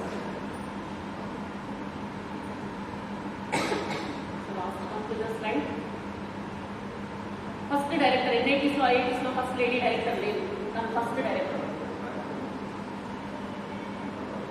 So this conclusion slide I saying women గత కొన్ని శతాబ్దాలుగా చాలా కష్టపడుతూనే ఉన్నారు. ఇప్పుడు తన ఐడెంటిటీని విజయవంతంగా ఏర్పాటు చేసుకునే సామర్థ్యాన్ని కలిగి ఉంది ఉమెన్.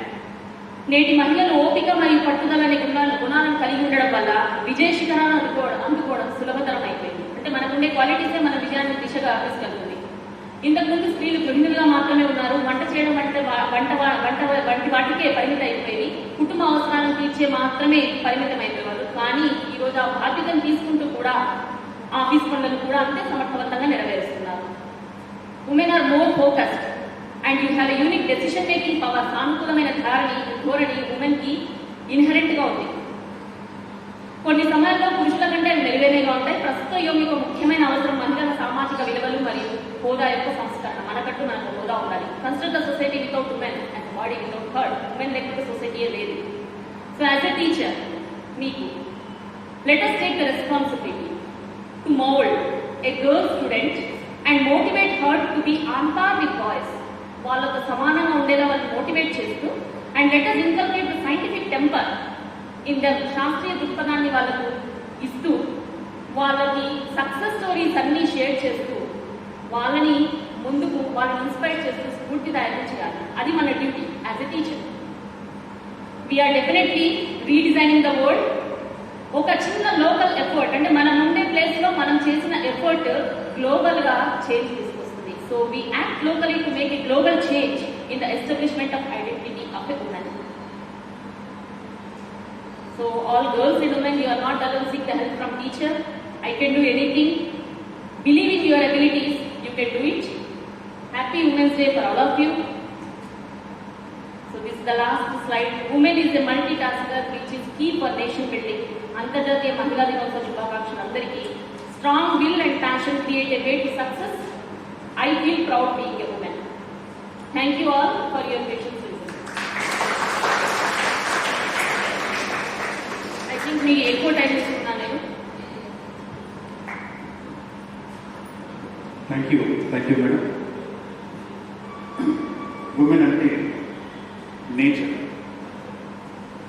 నేచర్కు ఎంత ఇంపార్టెన్స్ ఇస్తామో, how much importance we are giving to nature, that much importance should be given to women.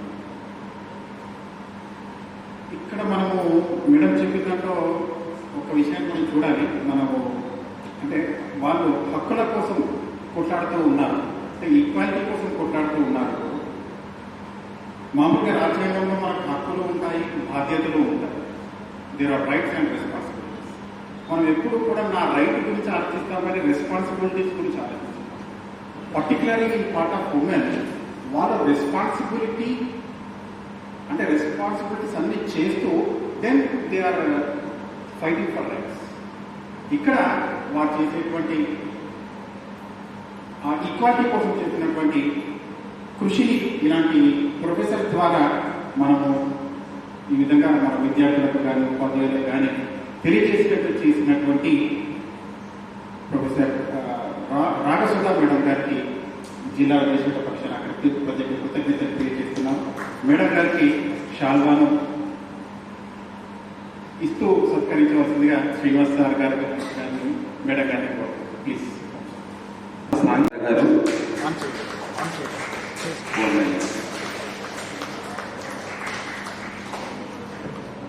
కదరా అమ్మ కన్న తీయనైన మాటుంటుందా, ఆలి కన్న ప్రేమించే మనసుంటుందా.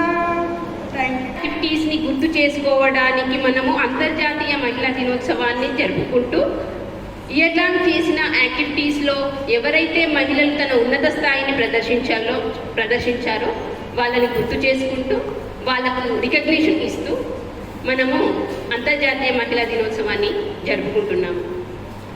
ఈ అంతర్జాతీయ మహిళా దినోత్సవం ఎందుకు వచ్చింది అని అంటే, మన ఇండియన్ గవర్నమెంట్లో చూసుకున్నట్టయితే ఆ ఇండియన్ గవర్నమెంట్ ఎట్లా ఫామ్ అయింది? బేస్డ్ అపాన్ వర్ణ సిస్టమ్. మన ఇండియన్ గవర్నమెంట్ అనేది ఇండియన్ వర్ణ వ్యవస్థ మీద ఆధారపడి ఉన్న ప్రభుత్వం. అప్పట్లో ఆ వర్ణ వ్యవస్థ ఉన్నప్పుడు భారతీయ మహిళ ఎలా చూడబడింది అని అంటే ఇంట్లో నుంచి అడుగు బయట పెట్టలేని పరిస్థితిలో ఉండే. అప్పుడు జరిగిన ప్రపంచ యుద్ధాలు కావచ్చు, అప్పుడు జరిగిన స్వాతంత్రోద్యమాలు కావచ్చు, అప్పుడు జరిగిన బ్రాహ్మణికల్ సొసైటీ కావచ్చు, అప్పుడు జరిగిన ఇంకేవో సోషల్ స్టిగ్మాస్ కావచ్చు. ఇన్ని స్టిగ్మాస్ మధ్య ఉమెన్ అనేది ఎంత సప్రెస్ చేయబడింది, ఇంట్లో అసలు బయటకు వెళ్ళే పరిస్థితే లేదు. అలాంటి సందర్భాలలో చాలామంది ఉమెన్ తన భర్త సపోర్ట్తో బయటకు వచ్చి, ఆ భర్త ఎలా సపోర్ట్ చేశారు అని అంటే అక్కడ కూడా ఇంజస్టిస్ అనేది ఒక జెండర్ పరంగా కాలేదు. ఇంజస్టిస్ అనేది ఒక జెండర్ పరంగా కాలేదు, వర్ణ వ్యవస్థతో కూడుకున్న ఇంజస్టిస్ జరిగింది. జెండర్ పరంగా కాకుండా వర్ణ వ్యవస్థతో కూడిన ఇంజస్టిస్ జరిగింది. అయితే ఈ సంవత్సరం 2022వ సంవత్సరంలో మనకు ఇచ్చిన టైటిల్ ఏదైతే ఉందో, gender equality today for sustainability tomorrow, and another one is break the bias. మనం ఈ టైటిల్ని చూసుకున్నట్లయితే నేను ఒక క్వశ్చన్ అడగదలుచుకున్నాను మిమ్మల్ని. How many genders are present? Please anyone from the teachers or from students. How many genders are there?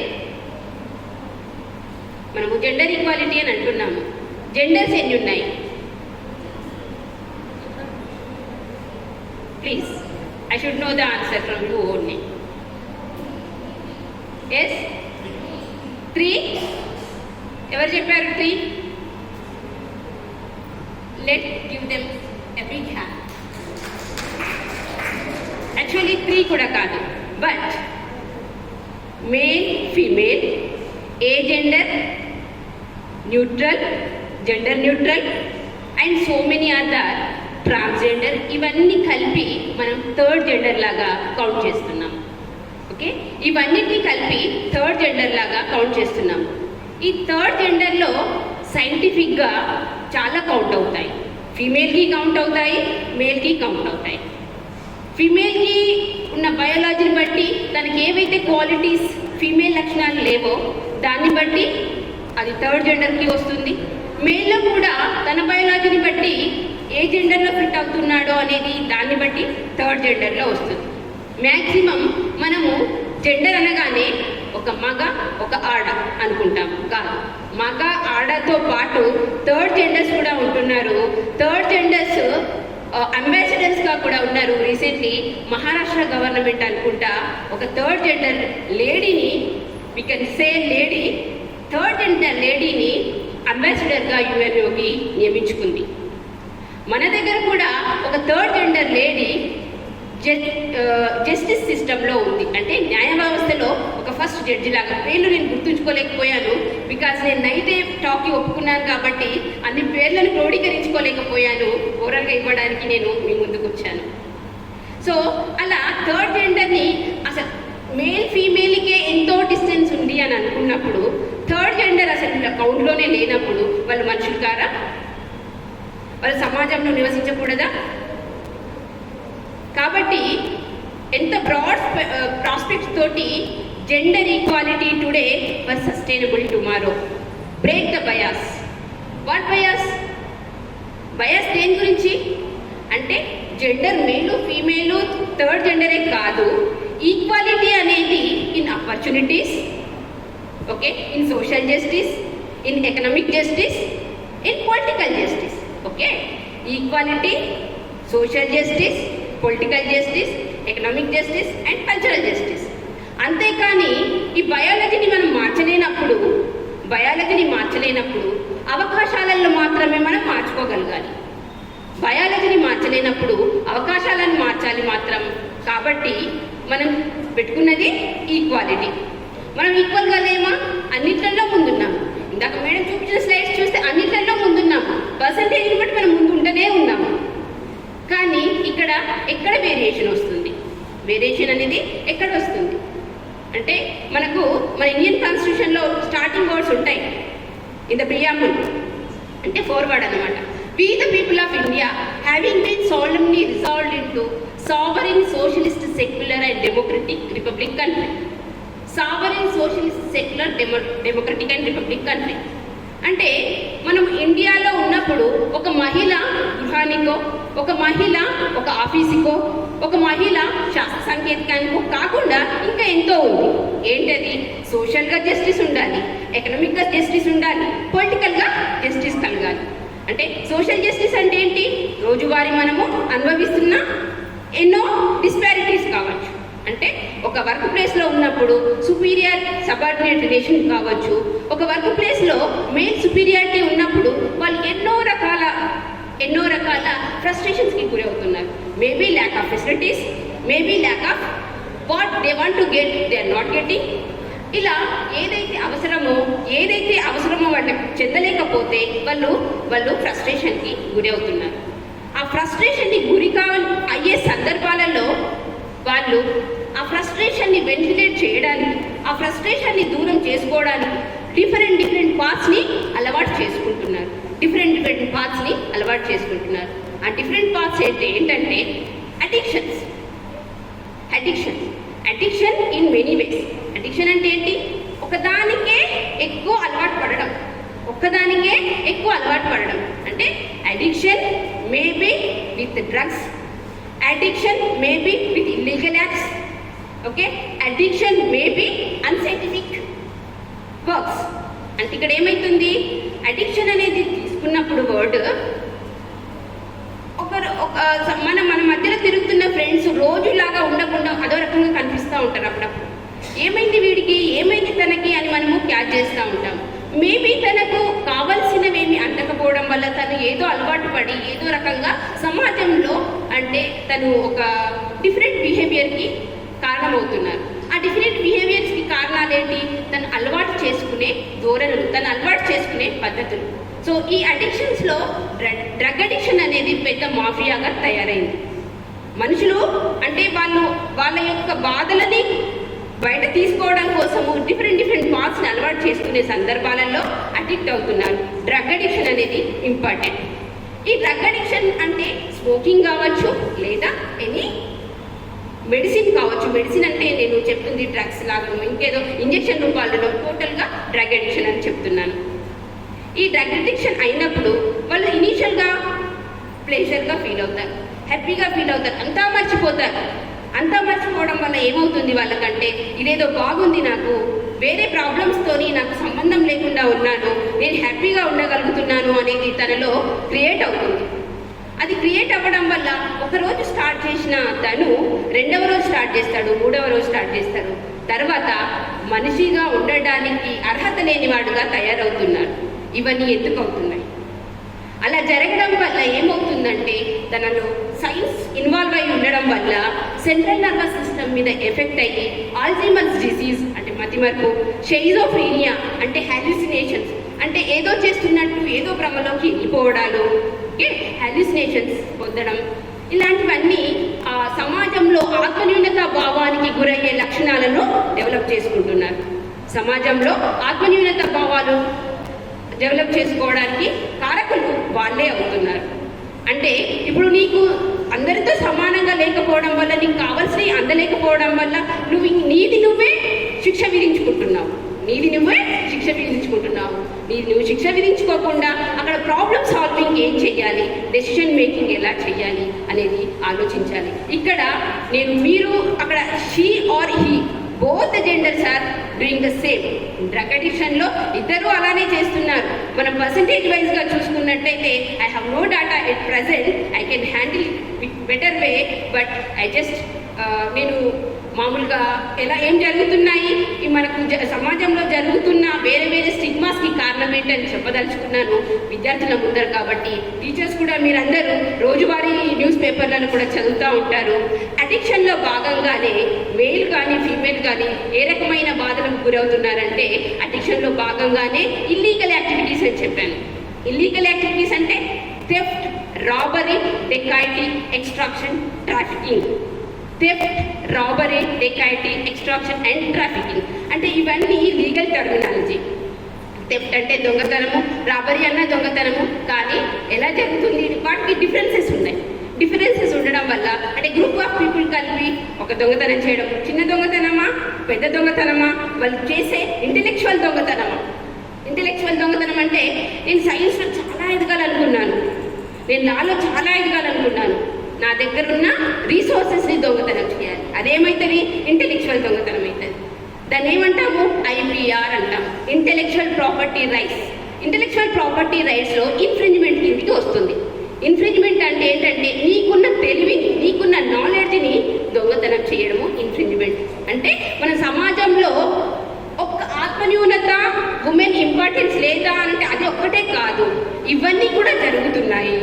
ఇవన్నీ కూడా జరగడం వల్ల ఉమెన్ వెనుకబడుతుంది అనేది చెప్పడానికి నేను చెప్తున్నాను. అంటే ఇన్ఫ్రింజ్మెంట్ అనేది ఒక సైన్స్ టర్మ్స్లోనే జరుగుతుంది. అంటే ఏదైనా ఇన్వెన్షన్స్ జరిగినప్పుడు patents, trade marks and copyrights అనేవి ఉంటాయి. వాటిని మన ఇంటెలెక్చువల్ ప్రాపర్టీని మనము ప్రొటెక్ట్ చేసుకోలేకపోతే కూడా మనము వెనుకబడినట్టే. మనం సో ఇది ఇల్లీగల్ యాక్టివిటీలో వస్తుంది. ఇంకోటి ట్రాఫికింగ్ అని చెప్పాను. ట్రాఫికింగ్ అంటే బై ఫోర్స్ ఆర్ కోయర్షన్, అంటే ఒకరిని బలవంతంగా వేరే ప్రదేశాలకు తరలించడం. మనం ఒక మూవీలో చూస్తాము, గజనీ మూవీలో.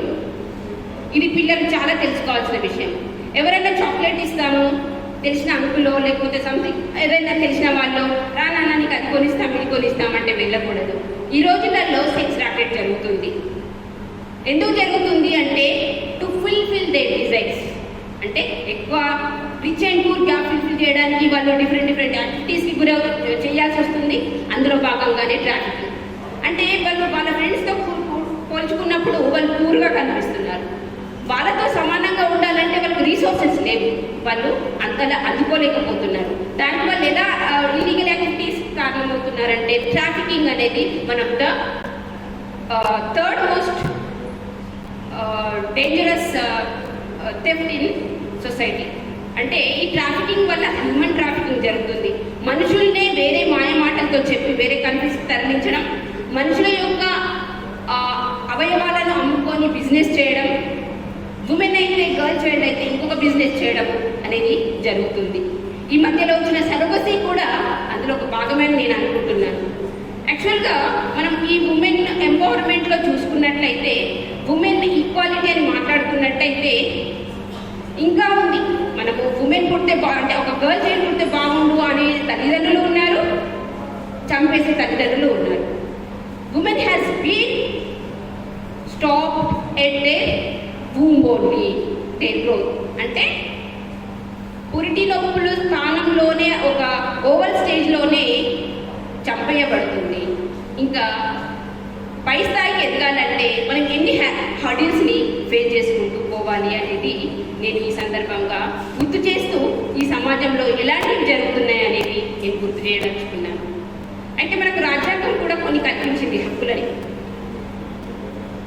ఆ రాజ్యాంగం కల్పించిన హక్కులలో మెయిన్గా మనం ఈక్వాలిటీ అని మాట్లాడుకుందాం. ఎందుకంటే జెండర్ ఈక్వాలిటీ అని ఉన్నప్పుడు ఈక్వాలిటీ అనేది కూడా మాట్లాడుకుందాం. ఈక్వాలిటీ అనేది జెండర్ని పక్కన పెట్టినప్పుడు మాట్లాడుకుందాము, జెండర్లో కూడా మాట్లాడుకుందాము.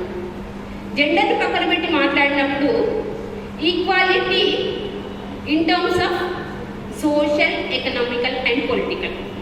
In terms of social, economical and political. Economical కానీ చూసుకున్నప్పుడు మనకు ఆర్థికంగా మనకి ఎంతవరకు అయితే సామర్థ్యం ఉంది, ఉమెన్గా ఆర్థికంగా ఎంతవరకు వేరే వాళ్ళతో నిలబడగలుగుతుంది. అంటే గవర్నమెంట్ మనకి ఎలాంటి పాలసీస్ చేసింది, ఉమెన్ ఎంపవర్మెంట్ మనం పొందాలంటే ఎలాంటి పాలసీస్ చేసింది, మనం ఏం చేయగలగాలి అంటే గర్ల్ చైల్డ్కి సబల అనే ప్రోగ్రామ్ చేసింది ఉమెన్ ఎంపవర్మెంట్లో భాగంగా. అంతేకాకుండా ఈ మధ్యలో సో మెనీ స్టార్టప్స్ గవర్నమెంట్ తరఫున స్టార్ట్ అయ్యాయి. అంటే చిన్న చిన్న సెల్ఫ్ హెల్ప్ గ్రూప్స్ కావచ్చు, ఇంకా పెద్ద అంటే వాళ్ళ ఎంటర్ప్రినర్షిప్ ప్రోగ్రామ్స్ కావచ్చు. ఈ ఎంటర్ప్రినర్షిప్ ప్రోగ్రామ్ని దృష్టిలో పెట్టుకొని నేను ఒక మహిళ అమ్మాయిలకు చాలా యూజ్ అవుతుంది. She is doing to remove the taboo. అంటే ఏంటంటే ఒక మెన్స్ట్రువల్ సైకిల్ గురించి మెన్స్ట్రోపీడియా అని ఒకటి స్టార్ట్ చేసింది. తన పేరు అదితి జోస్ సంథింగ్ ఉంది. మెన్స్ట్రోపీడియా అంటే ఏంటి? అమ్మాయిలు రెగ్యులర్ పీరియడ్స్ వచ్చినప్పుడు వాళ్ళు ఫేస్ చేస్తున్న ప్రాబ్లము, తను చాలా ప్రాబ్లం ఫేస్ చేసేదంట. ఇంట్లో కూడా ఆమెకు అంతగా ఇంపార్టెన్స్ ఇవ్వనప్పుడు బయటకు వెళ్ళినా ఒక రకంగా ఫీల్ అయ్యింది, ఇంట్లో ఉన్న మళ్ళీ ఒక రకంగా ఫీల్ అవుతూ ఉన్న సందర్భాలలో అసలు ఏంటి మా ఫ్రెండ్స్ ఏమో ఒక రకంగా ఉంటున్నారు, నేను ఈ రకంగా ఎందుకు బాధపడుతున్నాను అంటే మెన్స్ట్రువల్ సైకిల్ అనేది ఒక్కొక్కరికి ఒక్కొక్క రకంగా ఉంటుంది. కాబట్టి ఆమె ఏం చేసిందంటే మెన్స్ట్రోపీడియా అని ఒక ఆర్గనైజేషన్ స్టార్ట్ చేసి ఫోర్బ్స్ జర్నల్లో టాప్లో ఉంది. ఇప్పుడు ఆమె వరల్డ్ ఫోర్బ్స్ జర్నల్లో టాప్లో ఉంది. మన ఇండియాలో ఆల్మోస్ట్ 35 స్టేట్స్ ఆమె యొక్క ఏమైతే మెన్స్ట్రోపీడియాలో మెన్షన్ చేసిందో అవన్నీ ఎవ్రీ 35 స్టేట్స్ ఫాలో అవుతున్నాయి డిఫరెంట్ స్కూల్స్లలో. అంటే అంత డీటెయిల్గా నేను చెప్పాలి అని అంటే మెన్స్ట్రోపీడియాలో ఉన్న పీరియడిక్ సైకిలే ఒక్కొక్కరికి అంటే ఒక్కొక్కరి బయాలజీని బట్టి ఒక్కొక్క రకంగా ప్రాబ్లమ్స్ ఉంటాయి కాబట్టి అది ఆ ట్యాబూను రిమూవ్ చేయడం కోసం తను చేసిందండి అనమాట. అంటే దానితోనే ఆమె ఎంటర్ప్రీనర్గా మారింది. అంటే ఉమెన్ ఎంపవర్మెంట్ నేను చెప్తున్నాను నేను. అంటే ఉమెన్ ఎంపవర్మెంట్కి ఏదైనా మనము ఆపర్చునిటీగా భావించుకోవాలని నేను చెప్పదలుచుకున్నాను. అంటే కాదేది కవిత కథరం అగ్గిపిల్ల సబ్బు పిల్ల సంథింగ్ ఉంటుంది కదా, అలానే ఉమెన్ ఎంపవర్మెంట్ మనది మనం ప్రూఫ్ చేసుకోవాలంటే ఏదైనా చిన్న అవకాశం వచ్చినా మనం సద్వినియోగం చేసుకోవడానికి కూడా మనం ముందుండాలని నేను కోరుకుంటున్నాను. అలాగే పొలిటికల్ జస్టిస్కి వచ్చినప్పుడు ఇందిరాగాంధీ కూడా ఒక సందర్భంలో ఫీల్ అయింది. ఎలా అంటే నేను ఒక బ్రాహ్మణ స్త్రీని అయినా కూడా నేను కుడిమెట్లు ఎక్కలేకపోయాను, కానీ నాకు భారత రాజ్యాంగం భారతదేశానికి ప్రధానమంత్రిని చేసింది. అంటే ఏంటన్నట్టు అంటే మనకు హక్కులు కల్పించలేకపోతే మనం ఈ స్థాయికి రాలేము అని చెప్పడానికి కోసం ఆమె భారత రాజ్యాంగాన్ని కోట్ చేస్తూ చెప్పింది. అలా అది చెప్పడానికి కూడా నేను పొలిటికల్ జస్టిస్ చెప్పడానికి నేను ఇందిరాగాంధీ మాటల్లో చెప్పాను, ఎందుకంటే ఆమె ప్రైమ్ మినిస్టర్గా చేసిన సందర్భం గుర్తొచ్చింది కాబట్టి. అంబేద్కర్ మనకు రిప్రజెంటేషన్ అన్నారు, ఉమెన్ రిప్రజెంటేషన్ అని అన్నారు. పంచాయతీరాజ్ అండ్ మున్సిపాలిటీలలో కూడా ఉమెన్ రిప్రజెంటేషన్ ఉండాలి, so that women can take the decision making అని. అంటే మనం పరిపాలనలో డెసిషన్ మేకింగ్ తీసుకున్నప్పుడే మనకు తగ్గట్టుగా మనము పాలసీస్ మేక్ చేసుకోవచ్చు అన్న ఉద్దేశంతో ఉమెన్ రిప్రజెంటేషన్ అనేది తీసుకొచ్చారు అంబేద్కర్. ఫస్ట్ టైం మనకు ఉమెన్ ఓట్ హక్కును కూడా కల్పించారు. ఆ ఉమెన్ ఓట్ హక్కు కల్పించకపోయి ఉంటే మనము భారత ఈ వర్ణ వ్యవస్థలో ఎక్కడో ఉండేది అని నేను అనుకుంటున్నాను, నేను భావిస్తున్నాను. ఈ వర్ణ వ్యవస్థలో ఉన్నప్పుడే మనకు తను జ్యోతిబా పూలే, సావిత్రిబా పూలే, రమాబాయి ఇలా ఎందరో మహిళా మనులు మనకు మన శృంఖలాలను తెచ్చించి మన కోసం మన పూర్వీకులు చేశారు. మనం ఈ రకంగా ఈరోజు ముందున్నాము. మనకు విద్య హక్కే లేదు, దూరంగా ఉన్నప్పుడు మన విద్యతో మనం ఇంతమందిని మనం అడ్రస్ చేయగలుగుతున్నామని నేను భావిస్తున్నాను. ఇంకా ట్రాఫికింగ్ అనే కాకుండా ఇంకా చాలా ఉన్నాయి. లీగల్ టర్మినాలజీ చూసుకుంటే అయితే డిస్క్రిమినేషన్ మెయిన్గా మనకు స్టార్ట్ అవుతుంది, ఇద్దరికి మధ్య తేడా స్టార్ట్ అవుతుంది మేల్ ఫీమేల్ అనేది విత్ డిస్క్రిమినేషన్. డిస్క్రిమినేషన్ అనేది ఎలా స్టార్ట్ అవుతుందంటే based upon sex, race and caste, creed and religion.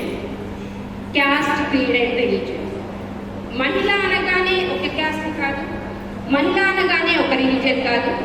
ఈ మధ్య చూస్తున్నట్లయితే హిజాబ్ ఎందుకు వచ్చింది, ఓకే హిజాబ్ ఎందుకు వచ్చింది అని అడుగుతున్నాను. నాన్న హిజాబ్ అంటే ఏంటి? ఈ మధ్య న్యూస్ పేపర్లో చదివారా? హిజాబ్, ఓకే. సో హిజాబ్ అనేది మనము భారతదేశంలో ఒక కామన్ సివిల్ కోడ్ లేకపోవడం వల్ల ఇలాంటి ఇన్సిడెంట్స్ జరుగుతున్నాయని నేను భావిస్తున్నాను. Common civil code Nehru government ఉన్నప్పుడే ప్రపోజ్ చేశారు, బట్ అది మనకున్న కల్చరల్ యాక్టివిటీస్, రిలీజియస్ యాక్టివిటీస్ని మనం కాదనుకోకూడదు అని చెప్పేసి ఈ ట్రెడిషనల్ యాక్టివిటీస్ని అన్నింటినీ మనం ఒప్పుకోవడం వల్ల అక్కడ కామన్ సివిల్ కోడ్ తెలియకపోవడం వల్ల మనకి ఇలాంటి ఇన్సిడెంట్స్ జరుగుతున్నాయని నేను భావిస్తున్నాను. కాబట్టి ఇదే కాదు, రేపు ఇవన్నీ అయితే ఇక నార్మల్ ఎప్పుడు మనం మాట్లాడుకునేది. సో ఇలాంటివన్నీ ఎరాడికేట్ చేయాలి అని అంటే మనం social, economical, political and justice and decision మేకింగ్లో ఉండాలని నేను భావిస్తున్నాను. ఈక్వాలిటీకి వచ్చేసరికంటే equality before law and equal protection law article 14 చెప్తుంది. మనం ఆర్టికల్ 14లో ఏముంది అంటే equality before law and equal protection of లా.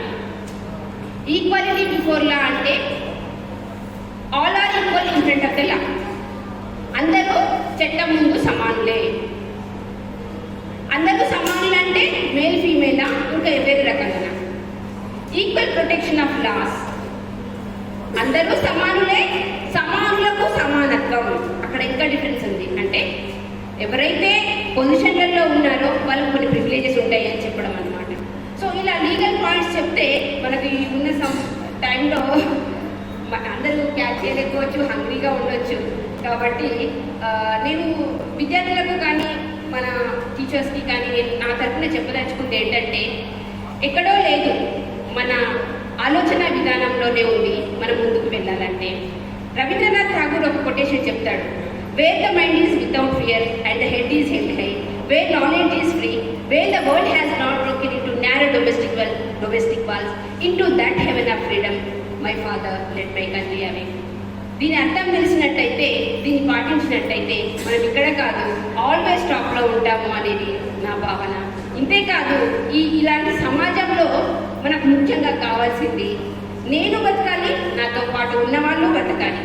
కాబట్టి నా తరఫున ఈ మహిళా దినోత్సవం equality before law, equality gender equality today and for sustainable development tomorrow దాంట్లో లివ్ అండ్ లెట్ లివ్ అనే కోట్ నేను చెప్పదలుచుకున్నాను. నేను బ్రతకాలి, నాతో పాటు ఉన్నవాళ్ళు బ్రతకాలి. ఇంకా సస్టైనబిలిటీ అనే దానికి వచ్చేసి ఇంకా చాలా మంది చెప్పాలని మేడం నాకు ఇండికేషన్ ఇస్తున్నారు. సస్టైనబిలిటీ అనేది ఎన్విరాన్మెంటల్ ఫ్యాక్టర్స్ తీసుకున్నారు. సస్టైనబిలిటీ అనేది మనకు ఇప్పుడు ఎన్విరాన్మెంటల్ ఫ్యాక్టర్స్ తీసుకున్నారు. సస్టైనబిలిటీలో కూడా మనం 3 ఫ్యాక్టర్స్ చెప్పొచ్చు, సోషల్, ఎకనామికల్ అండ్ పొలిటికల్. అంటే సోషల్, ఎకనామికల్, పొలిటికల్ అన్నప్పుడు ఎకనామికల్ కంటే పర్ క్యాపిటల్ ఇన్కమ్ తీసుకోవాలి. పర్ క్యాపిటల్ ఇన్కమ్ తీసుకోవాలంటే marginalised people should get regular per capital so that the government can take different policies to get the GDP level. అంటే ఒక marginalised people అంటే poor పీపుల్కి ఎంత per capital ఉంటుందో దాన్ని బట్టి ఒక గ్రోత్ అనేది డిసైడ్ అవుతుంది ఇండియన్ గవర్నమెంట్లో. కాబట్టి ఎకనామిక్ సస్టైనబిలిటీ అంటే ఈ ఎకనామిక్ సస్టైనబిలిటీలో మనకు ఇయర్ వైజ్ అంటే ఎకానమీ అనేది వరల్డ్ ట్రేడ్ ఆర్గనైజేషన్స్తో లింక్ చేసుకున్నట్టయితే మన అకార్డింగ్ టు సిచ్యువేషన్స్ మారుతుంది. కాబట్టి ఎకనామిక్ సస్టైనబిలిటీ అనేది కొంచెము ఆలోచించదగ్గ విషయం. అదే పొలిటికల్ సస్టైనబిలిటీ అయినా కూడా ఇప్పుడు రీసెంట్గా జరిగిన ఉక్రెయిన్ వార్ చెప్పుకుంటే what is sustainability to continue the same. అంటే ఇక్కడ మనం gender equality today for sustainable tomorrow అన్నాం. సస్టైనబిలిటీ అనేది 3 waysలో నేను చెప్తున్నాను. అంటే ఈక్వాలిటీ జెండర్లో సస్టైనబిలిటీనా లేదా అదర్ సస్టైనబుల్ డెవలప్మెంట్ అనేది నేను చెప్పదలుచుకుంటూ, సస్టైనబిలిటీ ఆఫ్ ఉమెన్ ఎంపవర్మెంట్ అయితే ఆల్వేస్ ఉంటుంది, కానీ social, economic and political development అనేది మారుతున్న కాలానికి తగ్గట్టుగా మారుతుంది అనేది నా ఉద్దేశం. అంటే ఈ రీసెంట్గా జరిగిన ఉక్రెయిన్ వార్ని తీసుకుంటే to save they democracy, to save they sovereignty, అంటే వాళ్ళ యొక్క సావరినిటీ అంటే తన దేశం మీద ఏదైనా పక్క దేశము అంటే తన ఇంటర్నల్గా ఏదైనా డిస్టర్బెన్స్ జరుగుతుంది అన్నప్పుడు, తన సావరినిటీకి దెబ్బతీస్తుంది అన్నప్పుడు వారిని ప్రకటించింది రష్యా. ఆ వారిని అదే మనం ఇండియాలో కూడా చేస్తున్నది అదే. అందుకే social, economical, political justice, sustainability అనేది కరెక్ట్ కాదు. Just sustainability in women empowerment to break the bias అనేది నా slogan. Thank you very much. Thank you for giving this wonderful opportunity. పోయింది అంటే దానికోసం ఎన్నో సాంస్కృతిక విప్లవాలు వచ్చినా, సామాజిక చైతన్యం వచ్చినా, కొన్ని సందర్భాల్లో ఆ వివక్షత ఇంకా కొనసాగుతూనే ఉంది. దానికంటే ముందుగా 1910లో రవీంద్రనాథ్ ఠాగూర్ గారు గీతాంజలిలో రాసినటువంటి, ఇంతకుముందు మేడం గారు ఇంగ్లీష్లో చదివారు, ఒక అద్భుతమైనటువంటి కవితను మీ ముందు ఉంచుతాను. అంటే 1910లోనే రవీంద్రనాథ్ ఆక్రోషించినటువంటి విధానంలో ఇంకా ఆక్రోషణ కొనసాగుతూనే ఉంది. అంటే ఏదైతే రవీంద్రనాథ్ ఠాగూర్ కోరుకున్నారో అది ఇంకా పరిపూర్ణం అవ్వలేదు. సో ఆ కవితతో నా ప్రసంగాన్ని మొదలు పెడతాను. ఎక్కడ మనస్సు నిర్భయంగా ఉంటుందో, ఎక్కడ మానవుడు సగర్వంగా తల ఎత్తుకొని తిరుగుతాడో, ఎక్కడ విజ్ఞానం స్వేచ్ఛగా మనగలుగుతుందో,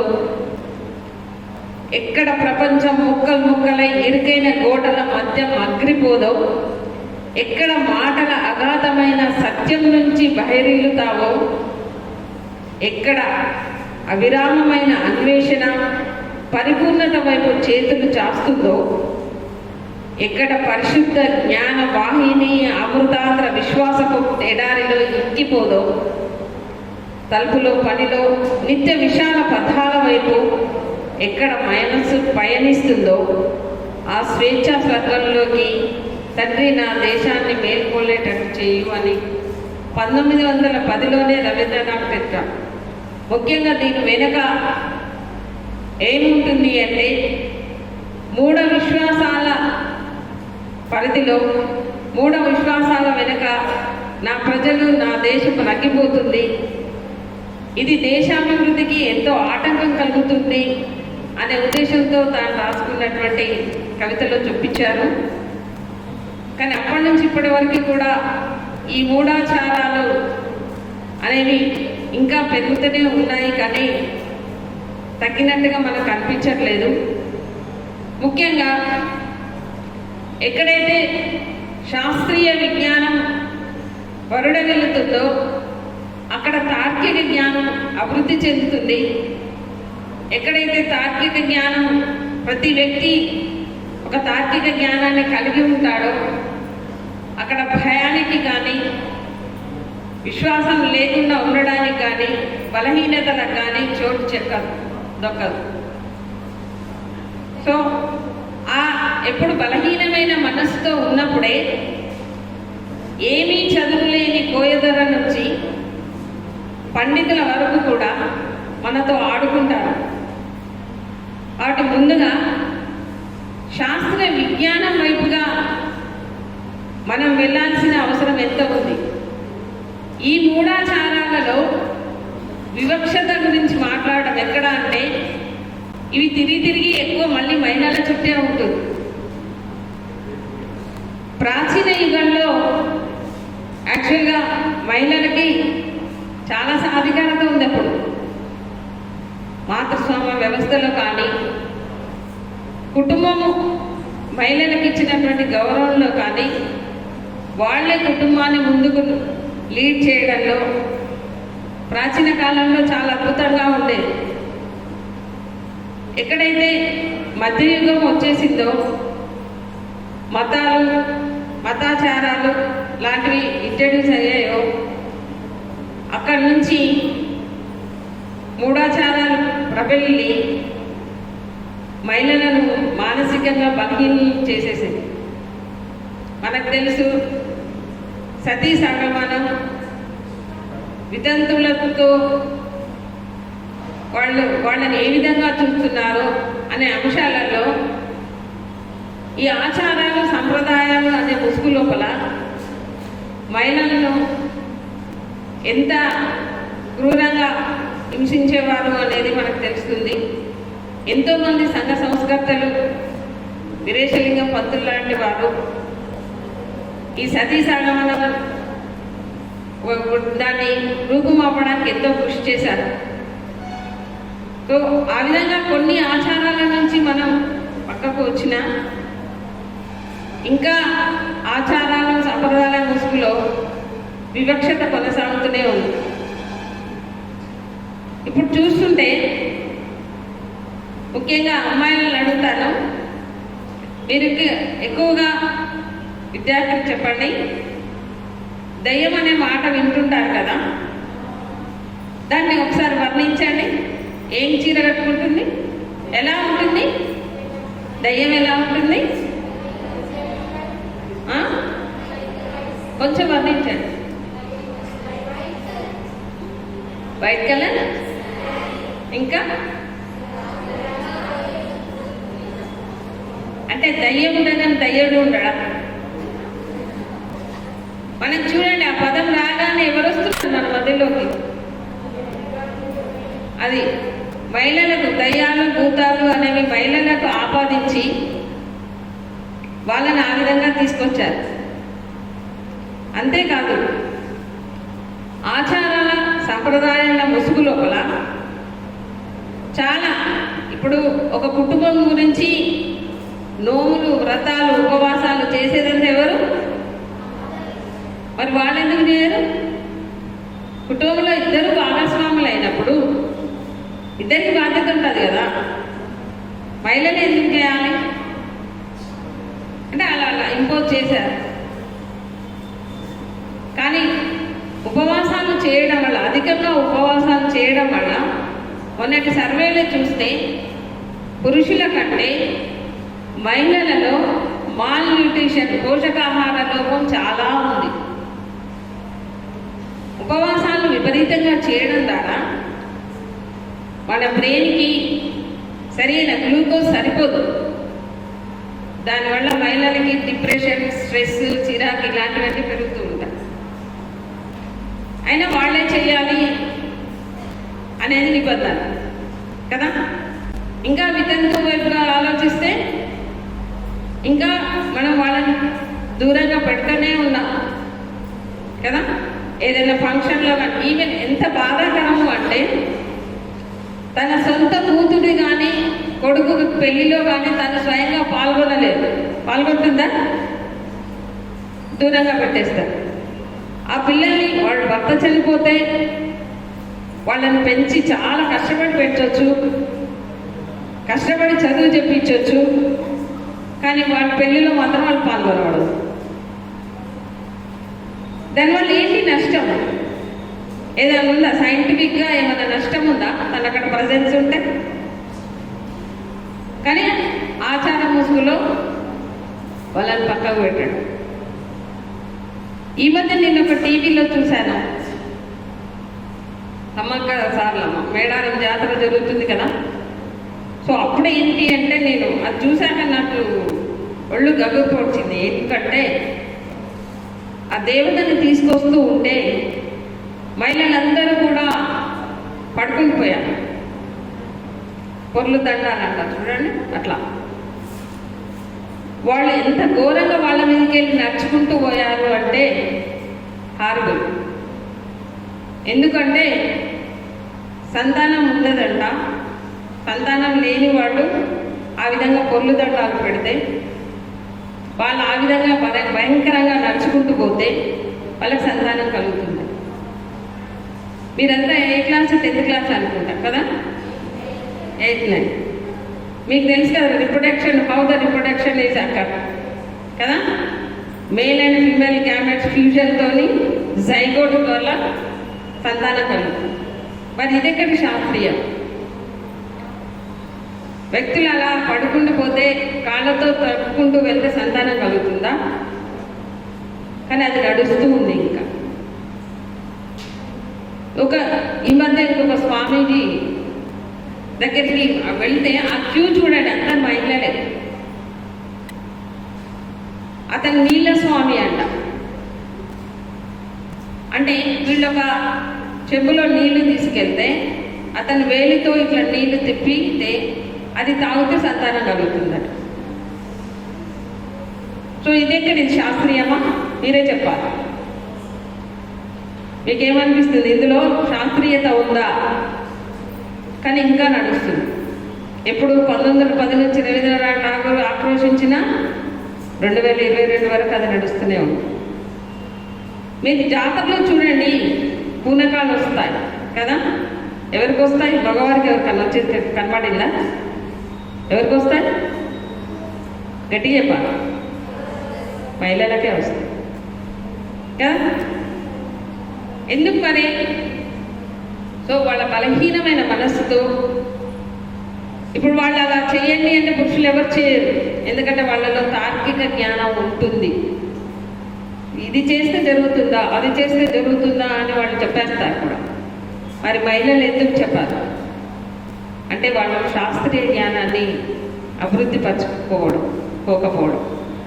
అందుకే బాలికలైన వేరు చదువుకునేటప్పుడే ముఖ్యంగా టీచర్స్ కూడా, సైన్స్ టీచర్స్ మనం ఏమనుకుంటాము అంటే ప్రతి మహిళా దినోత్సవము అనేది ఒక విప్లవానికి దారి తీసిందంట.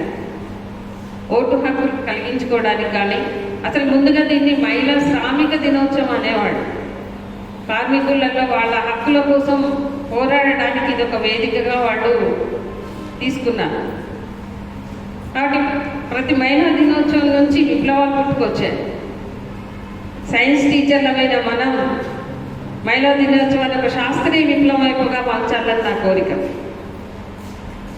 ముఖ్యంగా ఈ శాస్త్రీయ విజ్ఞానం లేకపోవడం అనే వాటితోనే ఆచారాలు సంప్రదాయాల ముసుగు లోపల వాళ్ళని స్వేచ్ఛగా ఆలోచించకుండా చేస్తున్నారు, తార్కికంగా ఆలోచించకుండా చేస్తున్నారు, త్వరగా మోసపోయేటట్టుగా చేస్తున్నారు.